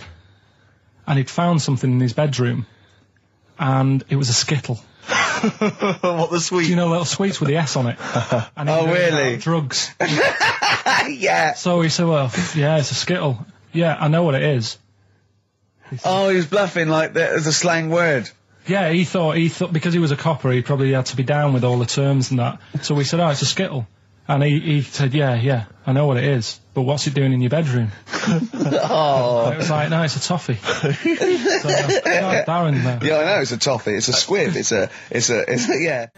Embrace, glorious day on XFM 104.9. Rick, there may be listeners tuning in thinking they've got something better to do, for instance, switching off the radio and just staring blankly at the wall for the next half an hour. But no, because what they're going to miss is our grand finale to this, which is, of course... sponsored by Lindauer's, the sparkling wine solution to a hot summer's day. Yeah. That we're going to be firing a cork. Did you just make that up? Yeah. Pretty good. Please, yeah. Good. They're going to be firing a cork at Carl's head just for the sound. I just think it's sound... Huh? It's not happening. Yes, it is. You said... No, we've said it is now. We've promised it to the listeners. Yeah, come on. I'm not happy with it. Why? Because the pain? Well, I've never had it done, so I don't know how painful it is. Well, all the more reason to do it then. Yeah, we've got to try it out, haven't you? You're perfect. It's like a little cowbell or wood block. That's what I'm hoping for. Yeah. I'm hoping for pop. And I'm going to film it for my website. Brilliant. So go to that this week, rickygervais.com, and see Karl Pilkington getting hit. A high-powered cork coming out of Lindauer sparkling wine. Lindauer sparkling wine. And of course, if you want to send us anything in, and perhaps next week that you feel we could actually that'd be great. That's us to do. This is like interactive because a lot of people plan the show. Like Dr. Fox plans his show. We sort of come up, we riff on the. So that's a great idea. Send stuff in that we could harm Karl with. Yeah, we harm Karl. Harm Karl. We do a jingle. Harm Karl. I've always wanted one of those George Foreman grills. I've always wanted one of them. I know, but that's too much, isn't it? What if we just pressed his head inside it? We'd have to put it on. Put it on. See. Just squeeze his head inside it. I've got to do that thing with a tea towel one day. You know that thing I did with a tea towel? You put a tea towel around his head, right, tie it. I put a wooden spoon in, and you only have to turn it like a couple of inches, and it kills you, doesn't it? Yeah, sure. It really is, yeah. So we'll be firing a cork at Karl's head. I'll be filming it for the website. So that's coming up about 10 to 3. Look forward to that. Yeah. Do you know what? I'm loving this. This is my... just being in a room with him. I just can't... I want to squeeze his head. XFM 104.9 playing Green Day. The studio's falling apart. I know, his microphone broke. I'll be honest with you, Rick, I don't know why Lindauer's, the sparkling wine, want to be associated with this shambles of a show. It is falling apart. This is awful, this studio. It's got to be fixed. Right now, Karl, come on here. It's the time where I'm going to... let a cork off. Do you want to film this, Steve? Yeah, that'll be available on the website next week, rickygervais.com. So see Karl getting hit. One bloke suggested we leave the metal cap on because it's get a better pitch, but we take that. He's straight. It's dead out. Let's get the camera ready. Get the camera ready. Ready? So if you just joined us, we are using some Lindauer's sparkling wine to basically, what can I say? Really fire a cork at Carl's round ready? head. Ready? Hang on a sec. Let me just put the headphones on. All right, film this then. Okay. He's in position, look. Just firing up. Okay, Carl, come on there so we can see your head a little bit. We want to get the noise, the microphone there. Right, ready? Hold on. Good. So you're just doing it. Hold on. Now, it's in position. What have you... Oh. Ready? Yeah. Oh, God, it... Oh, no! Oh, it's like Jackass. Did it hurt? Remind me. What do you mean, did it hit you? I sort of just... It went off course, did it? Just glanced, did it? Right, Lindauer, is you going to send us 8 more bottles, please? Yeah, Because we're going to get this right. Clocks from the Coldplay on XFM 104.9. I'm Ricky Gervais, with me Steve Merchant, and back Karl Pilkington. Hey. He's raring to go. That's nice when you have a bit of time off, isn't it? Yeah, how long have you had off now About then, 3 Carl? weeks. About 3 weeks, yeah. We can't do that because we're sort of self-employed and we'd be letting people down. But it's different when you get paid anyway, whether you turn up or not. But good to have you back. Good to I'm have never off ill. No, it's the good- first time I've been off ill. Like, Well, no, I mean, just you're off 2 weeks and then you're off.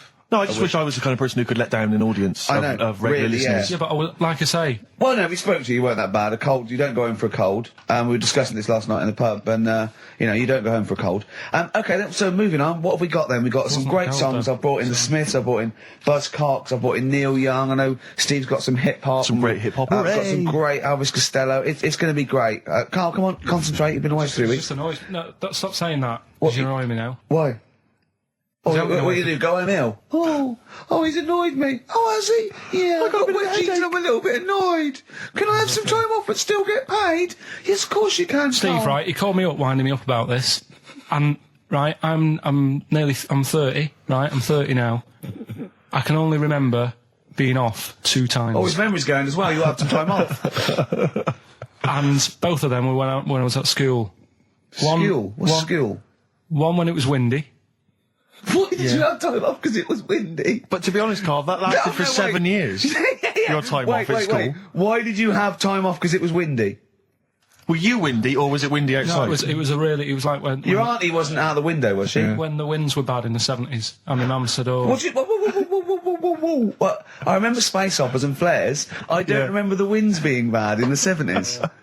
well, my mum just said you might get blown into the road, so don't." Do that. She had so much faith in you, didn't she? As a human being. Is that why she got fired from the pie shop? I'm not coming in today. I might get blown into the road. God. The funny thing it was, right, Steve, they had this thing going at school, because a lot of people used to wag it back then. Used to what? Wag it, sort of not go in, Right. right? And they sort of tried to make it interesting for you by giving you a An education. certificate if you did a full week. Reward for the rest of your life with achievement. That sort of carrot. And also, like, let you go home at 3 o'clock on a Friday, Right. If you'd done a full week and that. Right? Yeah. So it was lovely weather all week. Then it just sort of changed on a Friday, and I got up and it was all windy. It's My always mum windy said, for Friday on 7, isn't it? "Don't if you don't want, don't go in because you might get blown into the road and that." So I said, "All right, then I'll stay off." And So why did she told you to hold on to a fence or walk you there? What's this? Don't go out. Immediately if you give blown- up. I love this getting blown into the road. Is that based on your cats that kept getting blown into the road? well, so I got to school on the Monday, right? And the teacher said, Took you a "Right, long time. today, to punish you, you're the only one who wrecked the whole week, right? Everyone else came in, you didn't. So everyone else is going home at 3 o'clock today, but you're not." Brilliant. Serves you right. And I wasn't bothered though. It was great because I said, "Well, you'll have to stay with me, won't you?" And it was great. So all I did for half an hour was doodle and stuff. It was great that afternoon. yeah. And that was ages ago. That was like when I was about 8. And that's one of the times I was off ill. Yeah. So it was, but that wasn't even ill. That was wind. Yeah. Yeah. So Yeah, it's a bit different when you're to be honest with adult you- world, though, Carl. You can't just not turn up because you've got a bit of a cold or you're a bit fed up. I mean, we had an appointment 4 o'clock Thursday, wasn't it? And he had to call it because I cancelled it. Meeting went on a bit late. Time management. Get things done. If it was important, you'd get it done. Play a record, Carl. Pull your finger out, please. Elvis Costello, Alison. What a great track that is. Beautiful. Well, Carl, we better tell them all the new great features we've come up with in the time you were off. Right. Well, we've got the film thing still going. Okay. Yeah. That's where you take a lead role or a major role in a Hollywood blockbuster, which we then give away on VHS worth $6.99. And something new we're trying out, because Rockbusters He's dead, thankfully, yes. is it's gone for a bit. It's over. Crosswords. Oh, this sounds intriguing. Where'd you get the idea from? What's the basic format of this? Right, what I've done is I've take like a popular saying from the show. A popular what? Popular saying, something that crops up quite a lot in the show. In our show? Yeah. Yeah. First thing that sprang to mind was there's this airy Chinese kid. Oh, classic. But more commonly, it would be something like, Carl, you're an idiot. Yeah, Carl, you idiot. Carl, you're a fool. Oh, what did you mean? You let us down again. Yeah, You Carl, should where have you here. been? Yeah, you've got a headache, have you, Carl? Yeah. You better lie down. Oh. Typical phrases like that, Yeah, sure. typical phrases like that, yeah. Carl, you're a loser. Yeah. Oh, yeah. Right. And what I've done, I've got a load of different songs and took words from the different songs and then joined them together to make There's This Airy Chinese Kid. And then people have to email in and say what the 5 songs were. It sounds like the most complicated game ever. I'm looking forward to it. Have you heard any of this, Rick? Because I've not heard this at all. I'm not familiar with this. Well, all it is, it'd go like, Eric Chinese Kid, and it's from sort of 4 different songs, Right. and you've got to identify the songs. Right. Wow. How many songs in this, Carl? 5. There's this hairy Chinese kid. Okay. Right. So, And what are the prizes for that? Are these the prizes? Yeah. All right, well, let me tell you what they are. They're not too bad, actually. We've got Live Forever, which I assume is a CD that ties in with this new film. think of that. A well-known phrase from the show, and it's hairy Chinese kid. Yeah. What other... Where would you There hear is no that other radio show in the life? world. This is... Go on. If you've just tuned in, I Yeah, mean, what are you do you thinking? think if you've just tuned in? You're going, well-known phrase from Shaw, hairy Chinese kid. Oh, yeah, classic. They'll be playing that in charades this Christmas. So yeah, this is a CD that ties in with this new film Live Forever, which is all about Britpop, and so there's stuff on there from Oasis, Blur, Pulp, etc. We've also got another Red Dwarf DVD, Marion and Jeff, first series of that, excellent. That's on VHS, sadly, but never mind. And also the very best of Led Zeppelin, a 2 CD set there with all the classics on. So that's not bad prizes, actually. Carl, you've done yourself proud this We've week. upped it. We're getting serious now. We're playing in the the bigger league. We've upped the stakes. And we want Heat Magazine not to lose touch with us just because Rockbusters is gone. Yeah. I think they're still behind us. So We've got film. You appear in a film. We've got crosswords. How is that to do with the crossword? Because I've got words and sort of cross them. Okay. Right, you don't really cross them. But, good. So words. We're playing a game called Words. Word Song. Hello and welcome to Word Song. And obviously, I imagine there'll be some more great music. But we've got a new feature, haven't we? Which one's this? Are we doing within the Monkey News, the new feature? Oh, Steve. I'm excited. You know, Monkey News is my favourite feature. So what have you added to it? Explain it. Right, well, there's been loads of stuff going on in the past few weeks, right? But for the times when I struggle, when sort of monkeys have had a quiet week, and there isn't that much news going on, right? Come up with this thing. I sort of speak to an expert. I've spoke to him already. You spoke to an expert, a monkey expert. Yeah. Uh-huh. And I ask him a question. Wow. Right. The feature, it's got a good name. That's the way I work. Yep. Cheapest chimps. Right. Okay. And what I do, I ask them a question about, how much does it cost to, keep one? How much does it cost to, feed one for a week? Yeah. All this sort of stuff. So I give out like a monkey story, and if that isn't enough for people, they'll also learn something else at the end of it. Right. Yeah. So like... It sounds fascinating, can I say right now? That's just some of the things that we've come up with. Play a record, Carl. Please still continue to listen there. Yeah. Richard Ashcroft. Buy it in bottles on XFM 104.9. Ricky Gervais, Steve Merchant, Karl Pilkington. Carl, I need the phone number of your girlfriend. Let me explain why. I was lucky enough, once again, to be on your quiz team this week. Ricky... Still to beat me. He's still to beat me with his team, yeah. Second I came. We the gang here and some friends, we sometimes go down to a pub quiz in the local area, and I was very nicely, I was invited by Carl to be on his team. Twice now I've been on that team. Ricky's always on another team.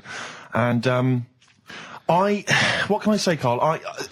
Do you mind me saying this now? Because I've analysed the team, and it's very much your team, and you've put the team together. You've recruited some excellent personnel. Your girlfriend's very, very good on the team, as is one of her work colleagues. And you normally bring in, someone like myself. I like to think I'm providing something with the entertainment section. I seem to remember last time I answered at least 6 or 7 questions that other people hadn't got. So I felt I provided something there.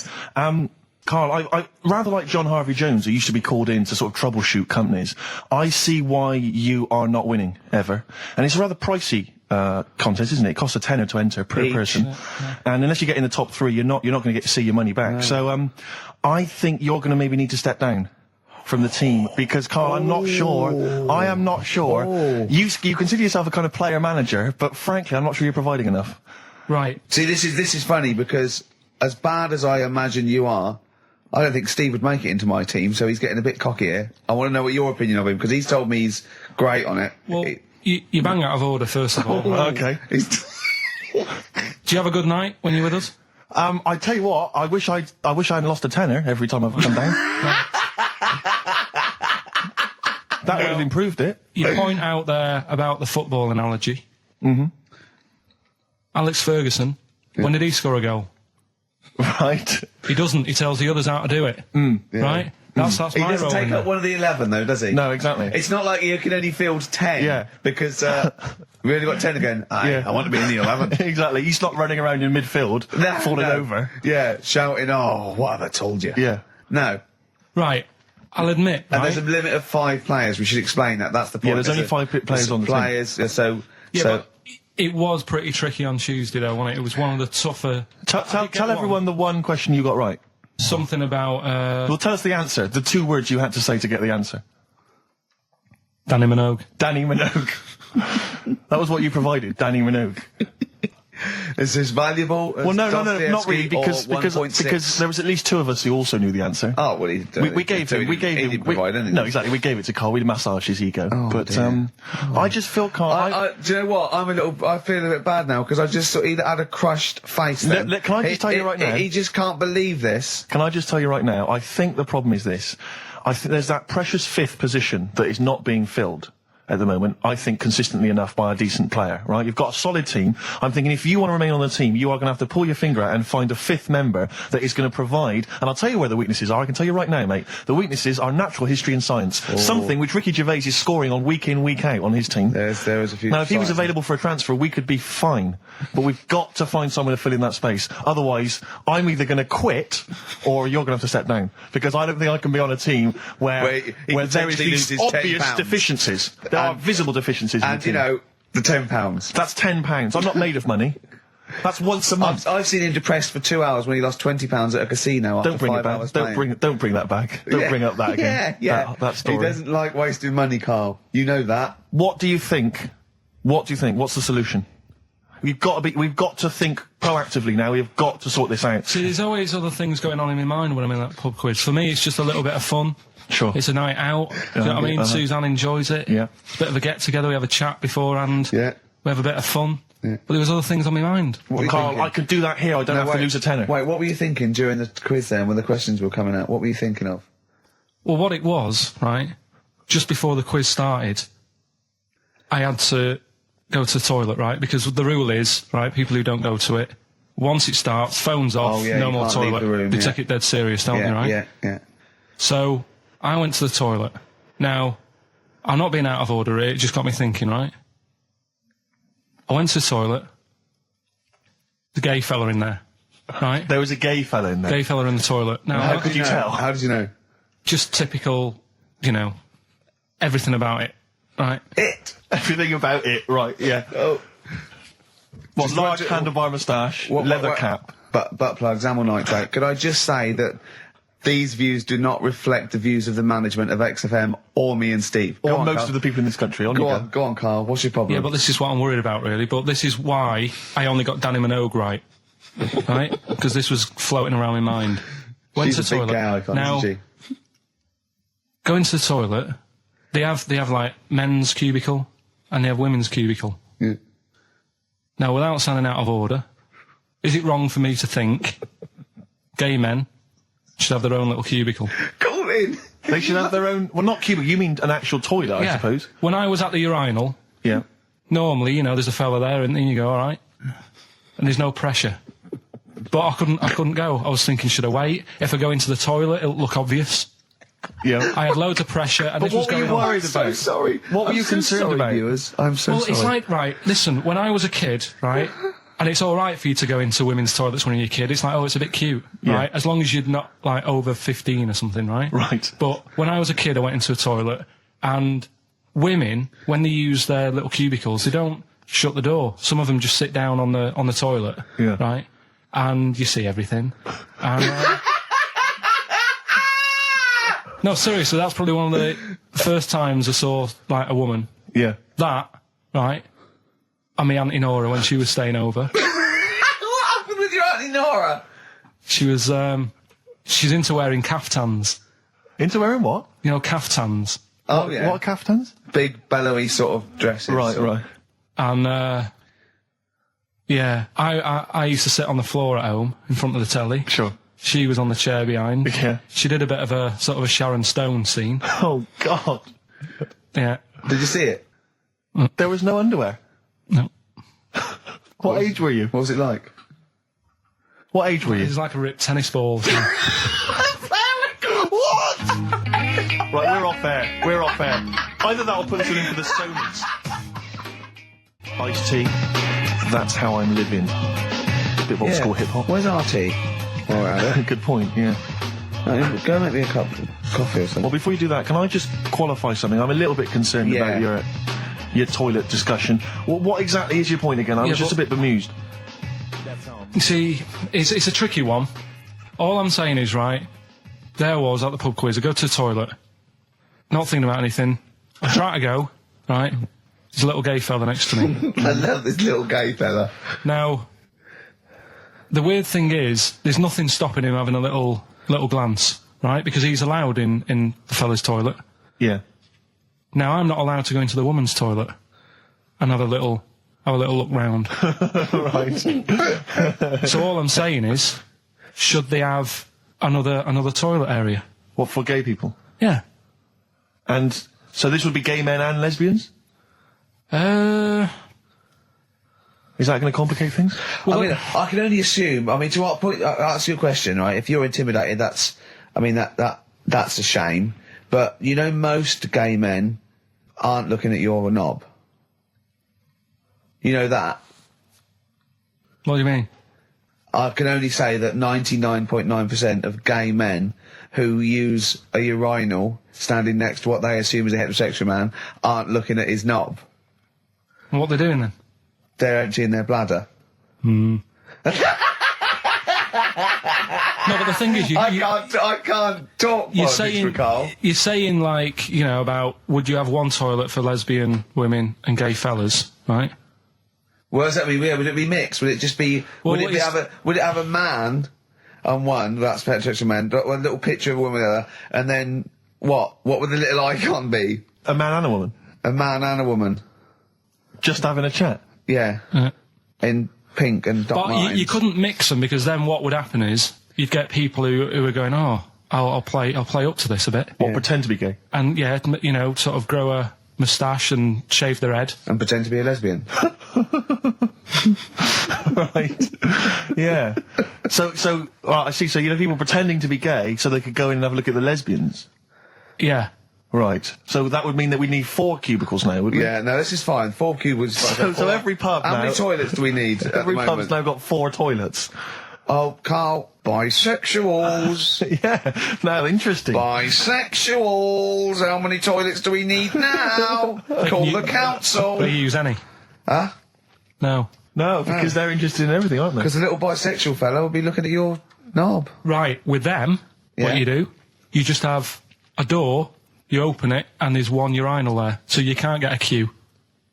They have to sort of wait. I just thought that, well, why can't there just be a thing between the urinals? So no one can look at anyone else's knob. Wait a minute. Just to go back to Ricky's point, what stops, even if we've got the toilet for gay men, what stops the gay men who want to have a look at your willy going in the regular toilet and pretending that they're straight? Most men don't Who is gonna police this? wear gay across their No, head. exactly. They don't have a tattoo. There's no branding yet in the British house where they have to declare. So we're going to have to expand this. What So we've do all you- got to carry identity Do you know cards. you can see a gay, can you? Coming a mile off. No? No, I'll just hold it in next time. No. Can you tell gay men? Do you know a gay man? I'd say probably if you did if you lined some people up and said point them out, I reckon I'd get. But hold on, we're not talking about people dressed in leather with the arse cut out and an handlebar moustache. Yeah. We're talking about the everyday, non-seen. Of course. Yeah, but I mean, suppose I put you in a room and there was 10 naked men, right? Yeah. And there's 5 gay men and 5 hetero. Could you walk along that line looking at those gay... Am I naked? No, you don't have to be naked. Why would you have to be naked? To catch them out. Play a record! How would you catch them out? No, don't go into it. Don't go into it. Don't go into it. Play a record. Miserable now. Would you share a toilet with Morrissey? From Manchester, you have a lot to talk about, wouldn't you? Yeah. We've had an email, Rick, from Jim, and he's just simply said, what about a separate cubicle for bold Mancunians? Wow. Makes a lot of sense. Yeah. You just have your own toilet. The Thrills, One Horse Town on XFM 104.9, Ricky Gervais, Steve Merchant, and Karl Pilkington. Now, Karl Pilkington is getting ready. It's the start of a new strand in the show, a new quiz, a new competition to replace Rockbusters. Now, that's quite a tall order, but what have you done? Right, like I said, if you've only just tuned in, what it is, I've took, and I'll be taking, a well-known saying every week from the show, something that crops up a lot. First one that sprang to mind was... There's a little gay fella standing next to me in the urinal? That's next week. Okay. This week, there's this airy Chinese kid, right? Yeah. That crops up quite a lot. Sweeping the nation. Right. So what I've done, I've got 5 songs. Yeah. And I've edited them together to make that saying. You've got words from songs where any part of that sentence occurs to recreate it. Yeah. Now, what do they need to do? Do they need to say what the song is? Just the 5 songs? I mean, I was going to say song and artist, but if you want, just a song. So there's 5 things there, and if someone doesn't get all 5, it's still worth emailing in because we might give it to the one who's got the most, and then... Yeah. Can I suggest we go for artist rather than song? Only because sometimes it's quite tricky to get a song title. Sometimes it's very odd, or it's not quite what you think it is. So maybe artist is an easier one. Are you happy with that, Carl? It's your competition. I mean, Steve always does this whenever I come up with an idea. Oh, yeah. I'm just trying to make sure it's just the best it can be, Carl. Yeah, no, he came up with a few game shows and Steve was going, no, it's no good. And Carl said to me, he said, it's the one of The Office ever got on telly. Yeah, but... Well, we shall see how Cheapest Chimps plays out. But frankly, the fact that you said to me, Steve, I've come up with the best game show ever, it's called Cheapest Chimps. What's the idea? I don't know, I just like the name. It's something to do with chimps. I thought, well, I'm not sure that's the best game show ever. And what was the other one you came up with that you told me about? I think a few people will be disagreeing with him, Carl. I think people will say that Cheapest Chimps could be the best game show ever. You know, when I was in school, people like you, I really didn't like. You're a stirrer, Gervais. He flits, doesn't he, from one side to the next, Carl. The one thing, we may argue, mate, but at least we're consistent. Ricky Gervais flipping from one side to the other. One day he's on Carl's side. When was the last time Steve wrestled you to the ground and got you in a leg clamp? No, you're right. Never. What, is that supposed to be a good thing? Well, did you see us? Yeah, I saw you struggling in Carl's office earlier. He was punching my legs to release me. We were on the floor. And I was squeezing him with my mighty legs, wasn't I, Carl? Right. It was like, I imagine that's what a crab feels like when an octopus has got it. We were playing that, weren't we? So anyway... So, I'll play you this clip now. It's 10 seconds long. We'll play it a couple of times because you'll need to take it in. So here it is then. What are we saying? We're saying artists? Let's go with artists. Artists. So email in ricky.gervais@xfm.co.uk. Name the 5 artists it has taken to make up the saying, Give there's that this email airy address Chinese again. kid. Give that email address again. ricky.gervais@xfm.co.uk. There's this airy Chinese kid. Here we go.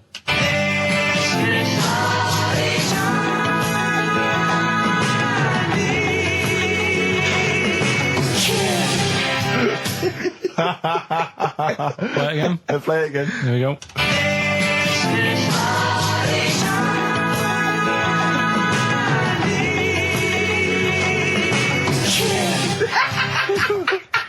I think you better play it once more. Oh, I've got them. Have you got them all? Yeah. That's nice work. Here we go.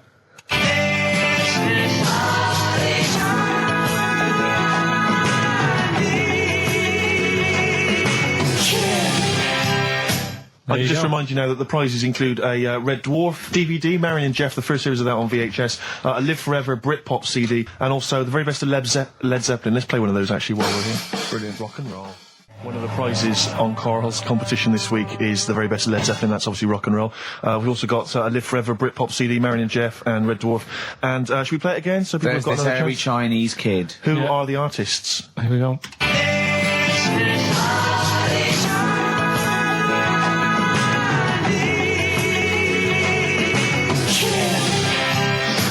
It's tricky. It's not very easy. Once more. One more.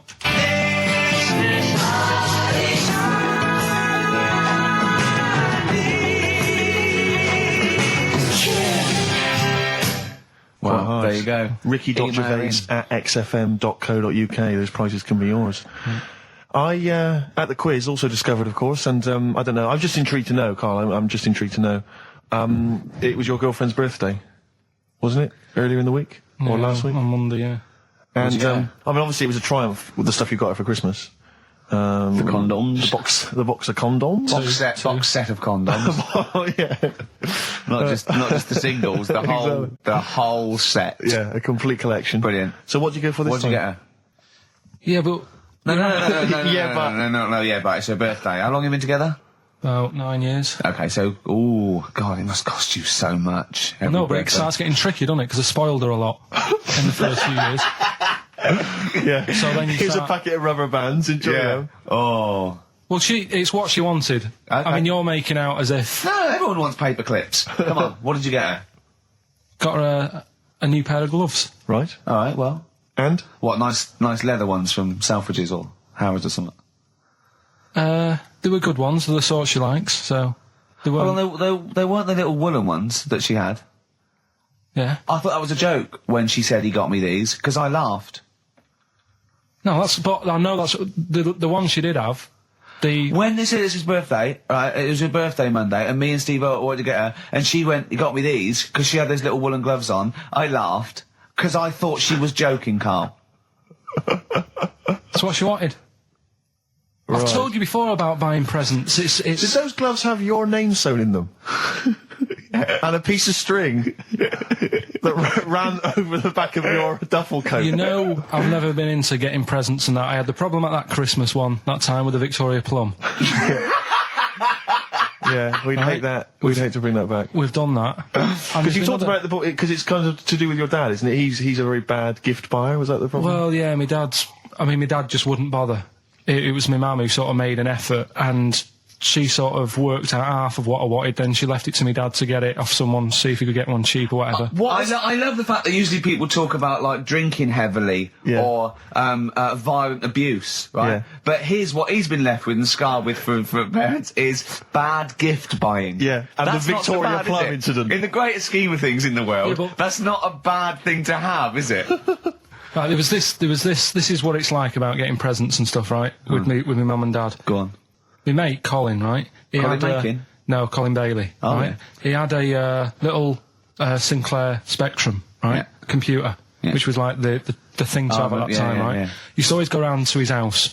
The deal was... Not the one you had to play through the window because you weren't allowed No, to. that's another lad. Oh, right? yeah. This is a different lad. And the deal was, he came to our house, and my mum gave him a pie. And then I'd go round to his, and I'd stay there for a few hours playing, you know, Hungry Horace and stuff like that on it. Sure. Right? Now, my mum and dad knew that I really wanted one of these computers, right? So I waited about a year. Came round to Christmas Day. I thought, I reckon might have one. Turned out they bought me the wrong one. They bought me a ZX81 instead of a Spectrum, right? And Christmas Day, I'm there trying to load the games up. It's not working. I'm thinking, what's wrong, right? And the thing with me, when I was a kid, I used to get quite sort of agitated. This is the moment. Right? I found out that it needed a RAM pack to make it work, right? Looking in the thing and it's saying, and make sure you put your RAM pack in the back. And I was like, oh, where's the RAM pack? And my dad's going, I don't know, I've got you the main bit. That's it. So, I was that wound up, I just was sick, right? Just sick. I didn't feel sick or anything, I just was like, oh God. Went to the sink, just sick. Because I was that on edge about it. I said, come on, we've got to get one. And my dad's like, Tandy's shut. We're not gonna get anything today. Ruined again, Christmas Day. That was after the year when my train set got blown up by our kid. The following year, no RAM pack. And now you ask me why don't I get good presents? He's scarred. He just I'm gonna die. Honestly, I'm gonna die. He's just being sick. Yeah. There's no RAM pack. What? Did you get to the bottom of it? Why wasn't there a RAM pack? You have to buy them separate. Oh, It's one of them okay. cons. What do you mean I can't play Frogger? Oh no. So, wasn't there another incident when you threw up? Spontaneously threw up? Through sheer anxiety? I do get it. It's not so much now because I've relaxed a bit, but as a kid I used to be quite on edge all the time with certain things. Do you think that's what happened to your The cat wind. that kept being sick? That it didn't get the food it wanted, and it just threw up. Do you remember that? Yeah, yeah. God. So they shaved it. Yeah, but again, you see, the cat thing, I mean, it's mad. I was thinking about it the other day, right? I used to think I had quite a normal upbringing, You didn't. right? And someone was talking Your about the mother cat. once told you not to go to school because it was windy, Carl. It was Yeah. not Right. a normal The upbringing. cat was being sick, so she shaved it, so it was easier to clean. Right, well, my mum and dad went on holiday, right? And I stayed at the Rosses down the road. Oh, yeah. Only a kid, must have been about 5 or something, right? And I was always running around in the house. I had a lot of energy as a kid. What the Rosses did, they had this cat that was dead violent, the most violent sort of angry cat I have ever witnessed. A tiger. It was honestly, Steve, if it was bigger, it would have been, because it was just always having a go at you. Yeah. If you went to pat it on the head, it went to bite you and stuff. And what they used to do with it, to stop me running around, I'd sort of be running around, and then I'd get a bit tired, and they'd say, have a lie down on the settee. So I'd lie down on the settee and I'd nod off. And what they used to do, I'd wake up and I'd put the cat on my belly. Right? So I'd be scared to move because it's like it's going to get me. But it would keep you there. It kept me there, and it used to sort of slaver on me, and they'd sort of, go out or whatever, and I'd be lying there. That's not normal, is it? Carl, sorry, were you created by the Brothers Grimm for one of their fairy tales? What kind of a life is that? A cat paperweight to keep Carl in place. He keeps blowing around. It's windy.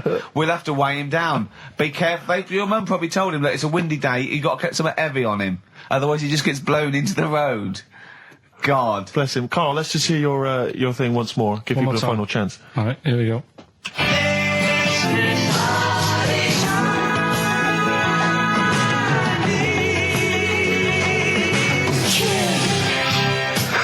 Ricky Gervais at xfm.co.uk. Strokes someday.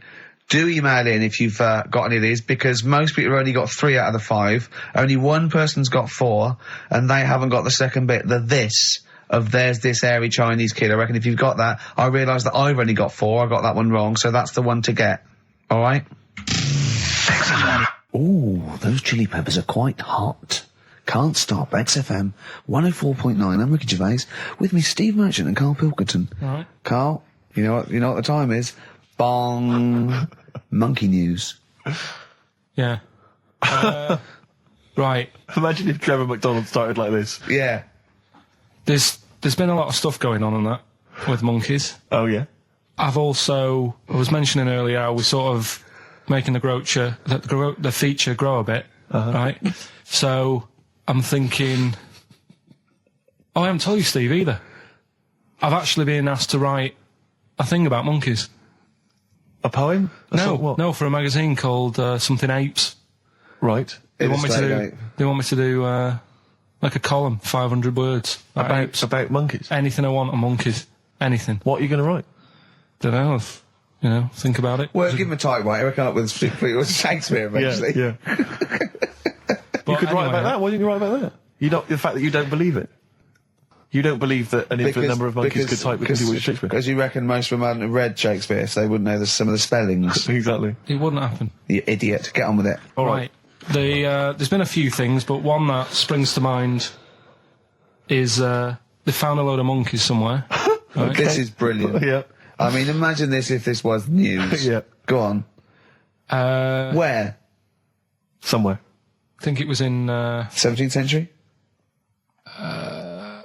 it doesn't matter that bit. Right? Okay. Found a load of monkeys that are having a good chat.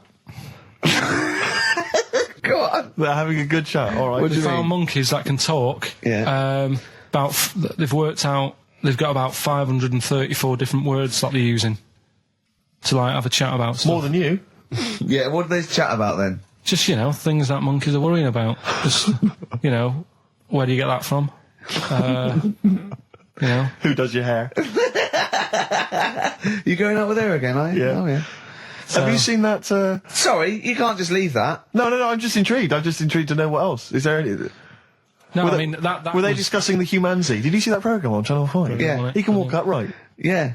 good, But wasn't I mean, Did you what see do how mean? well Do you mean hung he they was? taught them? They taught themselves this language. Yeah. Where is this? In the wild? Is this? Is it? Not sign language. It's but in some jungle somewhere. They found these monkeys. He heard some explorer was over there, cutting through the woods and that. and he heard his name, Heard and he some- thought, "That's what he went. What do you want, Ronnie?" It wasn't me. I didn't say. Yeah. I didn't say. Oh, it's Snodgrass. Where'd you get that gun? Yeah, exactly. Well, it's only me and you here. Yeah. It's weird, isn't it? No, it's not weird. It's not true. Well, right, come on then. What's Well, next? Once again, what I'm thinking. Well, I mean, that did happen. So, well, And to sort of add to that feature, that's not true. we're doing cheapest chimps. Right. Can I just say now to the audience, if you thought that Rockbusters was bad, if you thought that piece of rubbish earlier about the Chinese hairy kid was bad, I'm suspecting this is going to be really not very good at all. I'm just pointing the finger. What do you think of it? What do you think of his negativity, Carl? He keeps doing it. I just don't think you should start with the name of the quiz first. This is my only concern. You come up with cheapest chimps, and now you're trying to construct a game around that. See, And I'm well- not sure it's a proper. Well, okay. What is the game? Let's hear it. Right. It's about a chimp. Right. Surprising. Spoke to an expert about him. Who was the expert? Someone at London Zoo. Okay. How many bananas do you think the little chimp that they've got at London Zoo eats a day? Right. How many bananas does a little chimp at Can London they Zoo call eat? in for No, this? I'd leave it. I'm just testing it out on Steve because we've already got an email thing going on here. So how many bananas do they eat a day? One chimp per day. How many bananas? Yeah. How many bananas does a chimp eat a day? And does this mean that? Because sometimes I've seen them on the telly. They peel one. They'll just eat a bit of it, then they'll throw it away. We're talking a whole banana. How many bananas does it eat a day? How many bananas do you eat a day? Getting angry. Come on.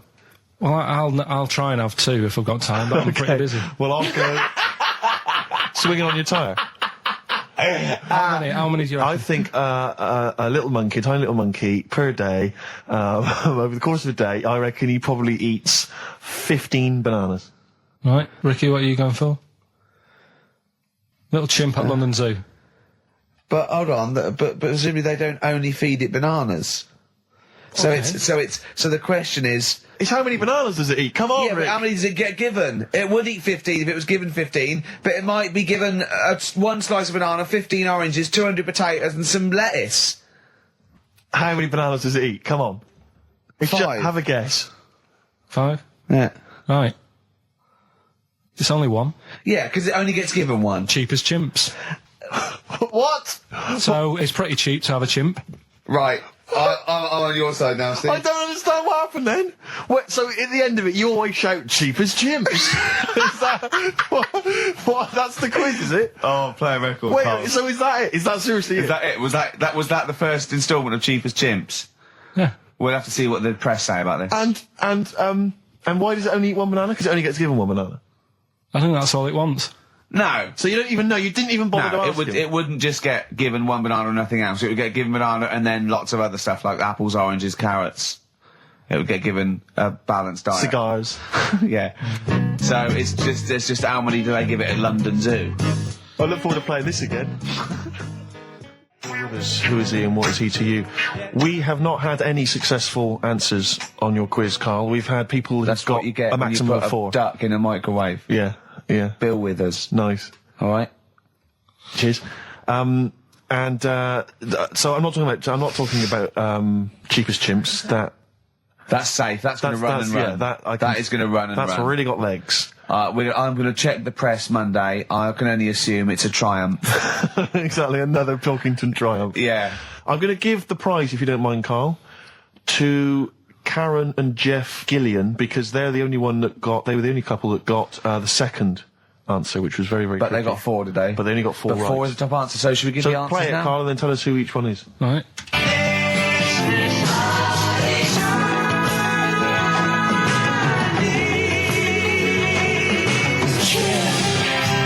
So there you go. I didn't know the second one. There's Play it this again. very Chinese kid. So the first one, the Lars. There she goes. That's George Harrison. No. That's Philip Bailey. And that's Deacon Blue. Right. So it was the Lars, Yeah, what's the second one? Strokes, That was very tricky. That is hard. George Harrison for yeah. Airy. That's all I could get. It was Ari. Ari Krishna, yeah. But it, Chinese, Phil Bailey. Chinese War is. Yeah. And Deacon Blue, Real Gone Kid. Real Gone Kid, yeah. There's this airy Chinese kid. Very, Yeah. very hard. I love the fact that the normal bit of that, like, the normal bit is like the well-known phrase, there's this hairy Chinese kid. Yeah, exactly. Like, nothing happened there. That's normal. There's this hairy Chinese kid. As a phrase that often... In fact, you're right. We must have said that phrase 20 times today. When was the last time that was said 20 times? Never. I don't think it's ever been said anywhere. There's this hairy Chinese kid. I mean... Even in China. I don't think it's... Well, it's very rare. Definitely not said in China. The prizes they've won. The prizes they won: Red Dwarf DVD, Live Forever, the best of Britpop, Marion and Jeff on VHS, and the best of Led Zeppelin. Well done to Karen and Jeff Gillian. I've also seen no proof of this hairy Chinese kid. None whatsoever. Alpine Stars, Burning Up on XFM 104.9. Ricky Gervais, Steve Merchant, Karl Pilkington. Steve, you were out of the room there. Mm-hmm. Karl took a phone call from someone. Okay. He's found a cellmate. Right. Not a soulmate. I think one day they will be cellmates. Yes. Because he's just like, he loves everything Karl loves, and he was telling Karl stuff, and Karl's face was lighting up. Yeah. He's told him of 2 Russian kids in the circus. They're covered in hair, and their mum tells them off because they're covered in fleas. Karl said, see, that annoys me again, innit? They do something else. And the bloke went, yeah, they should just make money out of being hairy. And Karl went, exactly. And he said, have you heard of the 3-legged juggler? And the bloke went, no, what's that? He went, that annoys me as well. Because he thinks they shouldn't have done juggling, they should have done football. Do you know what I mean, though, Steve? What do you mean a 3-legged juggler? What are you talking He's a about? famous 3-legged juggler. Oh, he's mega famous. He's like the Beckham of wherever he's from. But the other day I was looking in, I don't know, Bizarre magazine or something, right? And there was this fella who, he had no arms. So you saw a picture of him. His job was fixing watches. Did it with his feet. Go on. Well, it's just, why pick the most hardest job to do when you haven't got any hands? Crush grapes. Or... Do you know what I mean? That annoys me. Oh, crush grapes! Imagine him being told that, and he comes into the careers advisory where I go, now, what do you want to do, Hargreaves? Make watches? Right, take a look at your arms. Crush grapes, mate. Sorry, you're a grape crusher. Next. Brilliant. Brilliant. I would love you to be a career advisory in some sort of clinic. It'd be brilliant. I like the fact that it annoys you. Here's a man, he's got no arms, he has learned to fix watches with his feet. Yeah. An incredible talent, incredible skill, he's utilising that brilliantly. That's annoying to you. You are angered by it. Right, I'm only being honest. Now, you be honest, right? Your watch is broke. Who would you go to? You're in a rush. You need it fixing in a rush. Now, you need some fresh wine.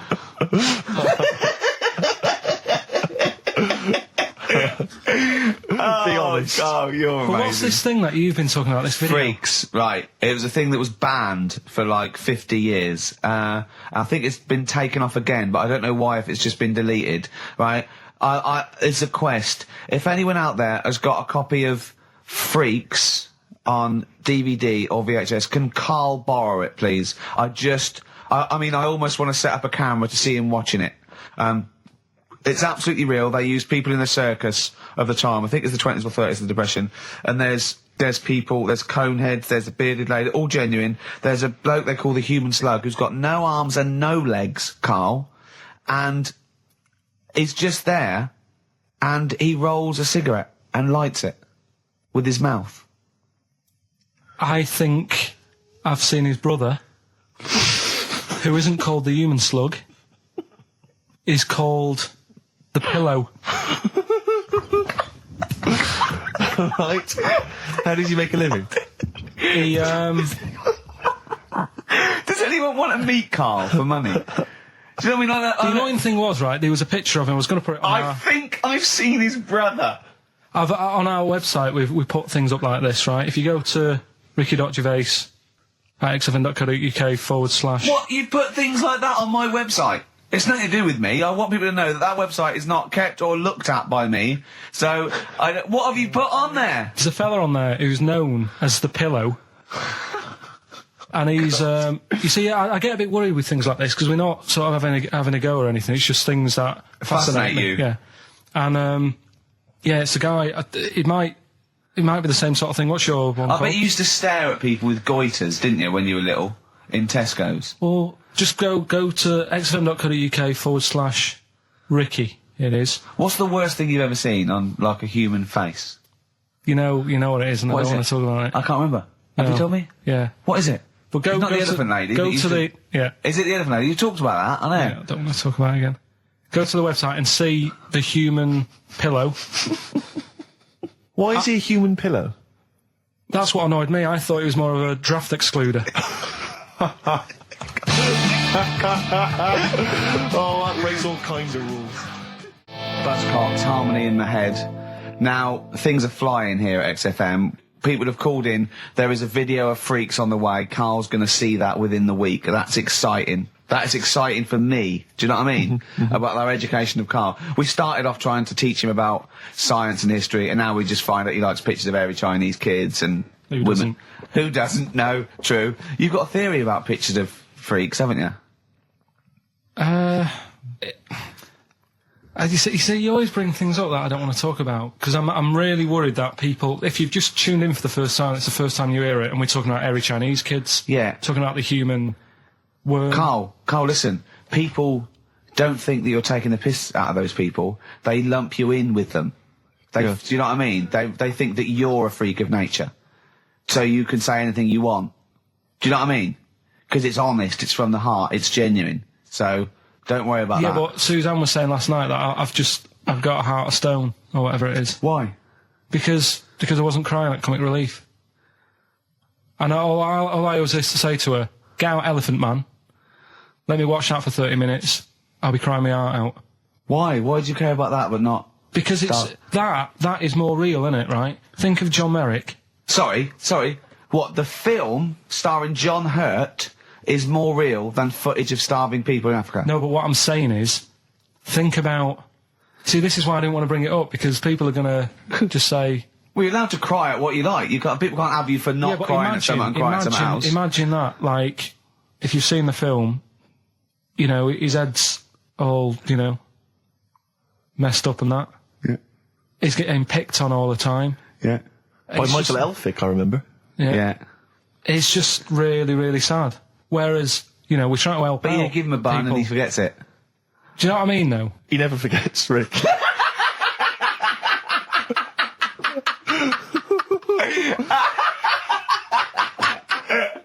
Oh, dear. Anyway, Oh, God. we're giving away stuff again. Yeah. Time Tell for me the your theory about freaks who have their picture taken. No, I'd leave it. Leave No, it. can I tell we'll you? do it next week, then. Can I tell you what this Go is? on, quickly, what is it? Right, when he sees a little picture, like in his books he's got, he carries round those things, right? And there's like a fella with a little head with some like able-bodied people. He goes, the only reason they got to take that picture, right, was so they could show their mates, say, look at me, the little fella with a little head. That's his theory. Yeah. So every picture of a freak, they're being... Right, Steve, let me describe the picture to you. This little fella with a little head Right. playing on the piano. I've seen it. All his family stood around and mates and that. When have you ever seen a picture of someone playing the piano and everybody wants to be in on it? Doesn't happen. Maybe it was one of those kind of Christmas cards they sent out to everyone. It wasn't. You could see one of them was like in a rush to go away. He was probably planned to go out, and he was like, "But they were taking a picture." It's I'll be in it then before I go out, and it was all. He's out of order. Yeah. If you say, do you know the one? I do know what you mean, yeah. There you go, What about the one in the, when you went down to Cornwall, in that little We'll talk pub? about that next week. What, you want to get on, do you? Yeah, right. We've got to give away another prize. Yes, you lucky people. For those of you that haven't seen it and do not have the requisite £4.99 to buy it yourselves, you can win on VHS cassette, panned and scanned. Billy Elliot. The special edition includes bonus documentary, The Billy Elliot Boy. Oh, and, I'd like to see how they really sort of made that film. Exactly. Well, it's the hit film Billy Elliot, and you can win that on VHS. Because Carl, I assume you have included yourself in an excerpt from the movie. Taking a scene from the film. Who do you play, Billy? I'm playing the part of Billy. Brilliant. And we'll have a question at the end of it. Come on. Brilliant. 2, 3-part of all way and Alright. Just been down the valley. So you don't know where you... What are you looking like that for? What's wrong with Bally? What's wrong with Bally? Yeah, well, what's wrong with it? It keeps you fit and that. What do you think, Auntie Nora? You think about me doing ballet? I used to go to ballet. There you go. She used to go to ballet. Used to say I could have been a professional dancer if I'd had the training. Bet you were pretty good, weren't you? Wasn't the time you had wind for 5 minutes, was it? But you well glided across. Will you shut up? What's wrong with ballet, anyway? For girls, not for lads, Billy. Lads do football or Well, I've done that, yeah. boxing or... Did that for a couple of weeks, so... Wrestling? Wrestling? Yeah, wrestling, yeah. Oh, friggin' Bally. Well... Don't worry about it, anyway.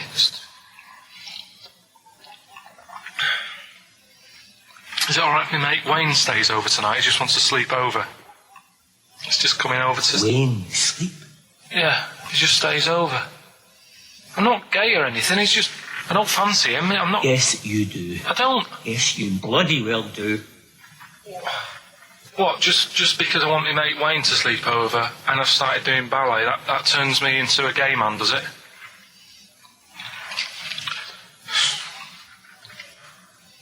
You haven't seen my Village People album lying around? You're asking for a hiding. Just joking, just having a laugh.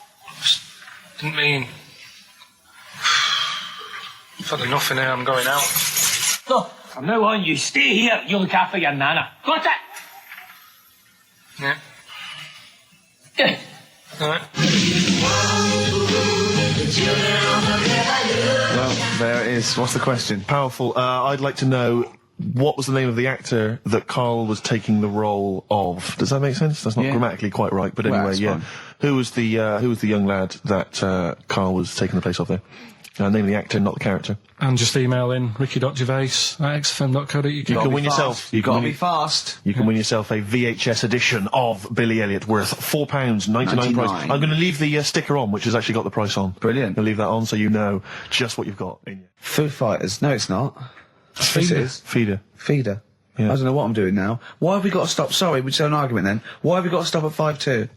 It's just the football's on, isn't it? So So what can we do? We can do a link here, and then we can play. we'll talk here, we'll play a song, do a little What about chat. the competition? We got to announce the competition. Well, Steve. Well, I can tell you right now that there's only 2 people, it would appear, that are interested in a VHS copy of Billy Elliot. That's how mediocre that gift and that prize is, Carl. I don't know if you want to learn from that. Yeah. But I'm going to give this one to MJ McKay, who has correctly identified that you were taking the part of Jamie Bell That's in it. Billy Elliot. So, well done. Right, just forward me that and I'll Sort that out. we'll get the video. What film are you doing next week? Dunno, I've got been out and bought a couple, got Silence of the Lambs I can do something with. Right. Bought Fight Club, but it's a bit difficult. You know, always open to suggestions and that, so you got any favourite films? What about the 1930s film Freaks? Can't wait. I cannot wait for That'd be your. brilliant, that'd be good. Excited about that. Why don't you do a film review of that next week as well? Yeah, well, it depends. If the fella, you know, if anyone's got it, just send it in. I'll send it you back once I've watched it. So that'd be good. Next week we'll do... Oh, please tell me there's going to be more Cheapest Chimps. Yeah. Oh, thank goodness. We'll see what the press say. We'll see what the press say about that. Looking forward to that. Do you know, like, you're always having a go at my ideas? Yeah. Little, Yeah. you know, cheapest chimps you put down. Mm-hmm. Again, I normally come up with these because you don't come up with a competition idea. Sure. Yeah. He's done him again. Yeah. Well, cheapest chimps, mine, you're dissing it. Yeah. Rockbusters, one of the most successful competitions ever. Uh-huh. And he means in the world, not just yeah. on XFM. Yeah. You put that down. Yep. Right. What are you thinking about this, right? I was watching Comic Relief Okay. last night. Came up with an idea. right? You get Jono, Okay. John O'Coleman, yeah. say Vanessa Feltz, you know, maybe, you know, Dawn French, because she'd be around for that. And then get them all in a room for comic relief. And what you do, put a cake in front of them. Yeah. Right? And like, you don't feed them. And like, they're going, oh, I'd love a bit of that cake. Right? It's called Famine Academy. Right. Right? Whilst they lose pounds, they get pounds. Right. What do you think? Play a record, Carl. Well, I love it. again. I love Do you it, know what I Carl. mean? Yeah, again. Small Faces, All or Nothing, finishing this week's edition of the show. Is that because Carl would love to see pictures of people with small faces? Very small faces, yeah. He'd love anything, wouldn't it? Anything. Brilliant. Oh, I'll tell you what, go to the basement of Waterstones or Foyles, right, and go down to the books with, you know, sort of congenital illnesses. You'll see some brilliant pictures, I'll tell you. Hot tip of the day there. Yeah, good on advice. XFM 104.9. If you're at Loose End this afternoon.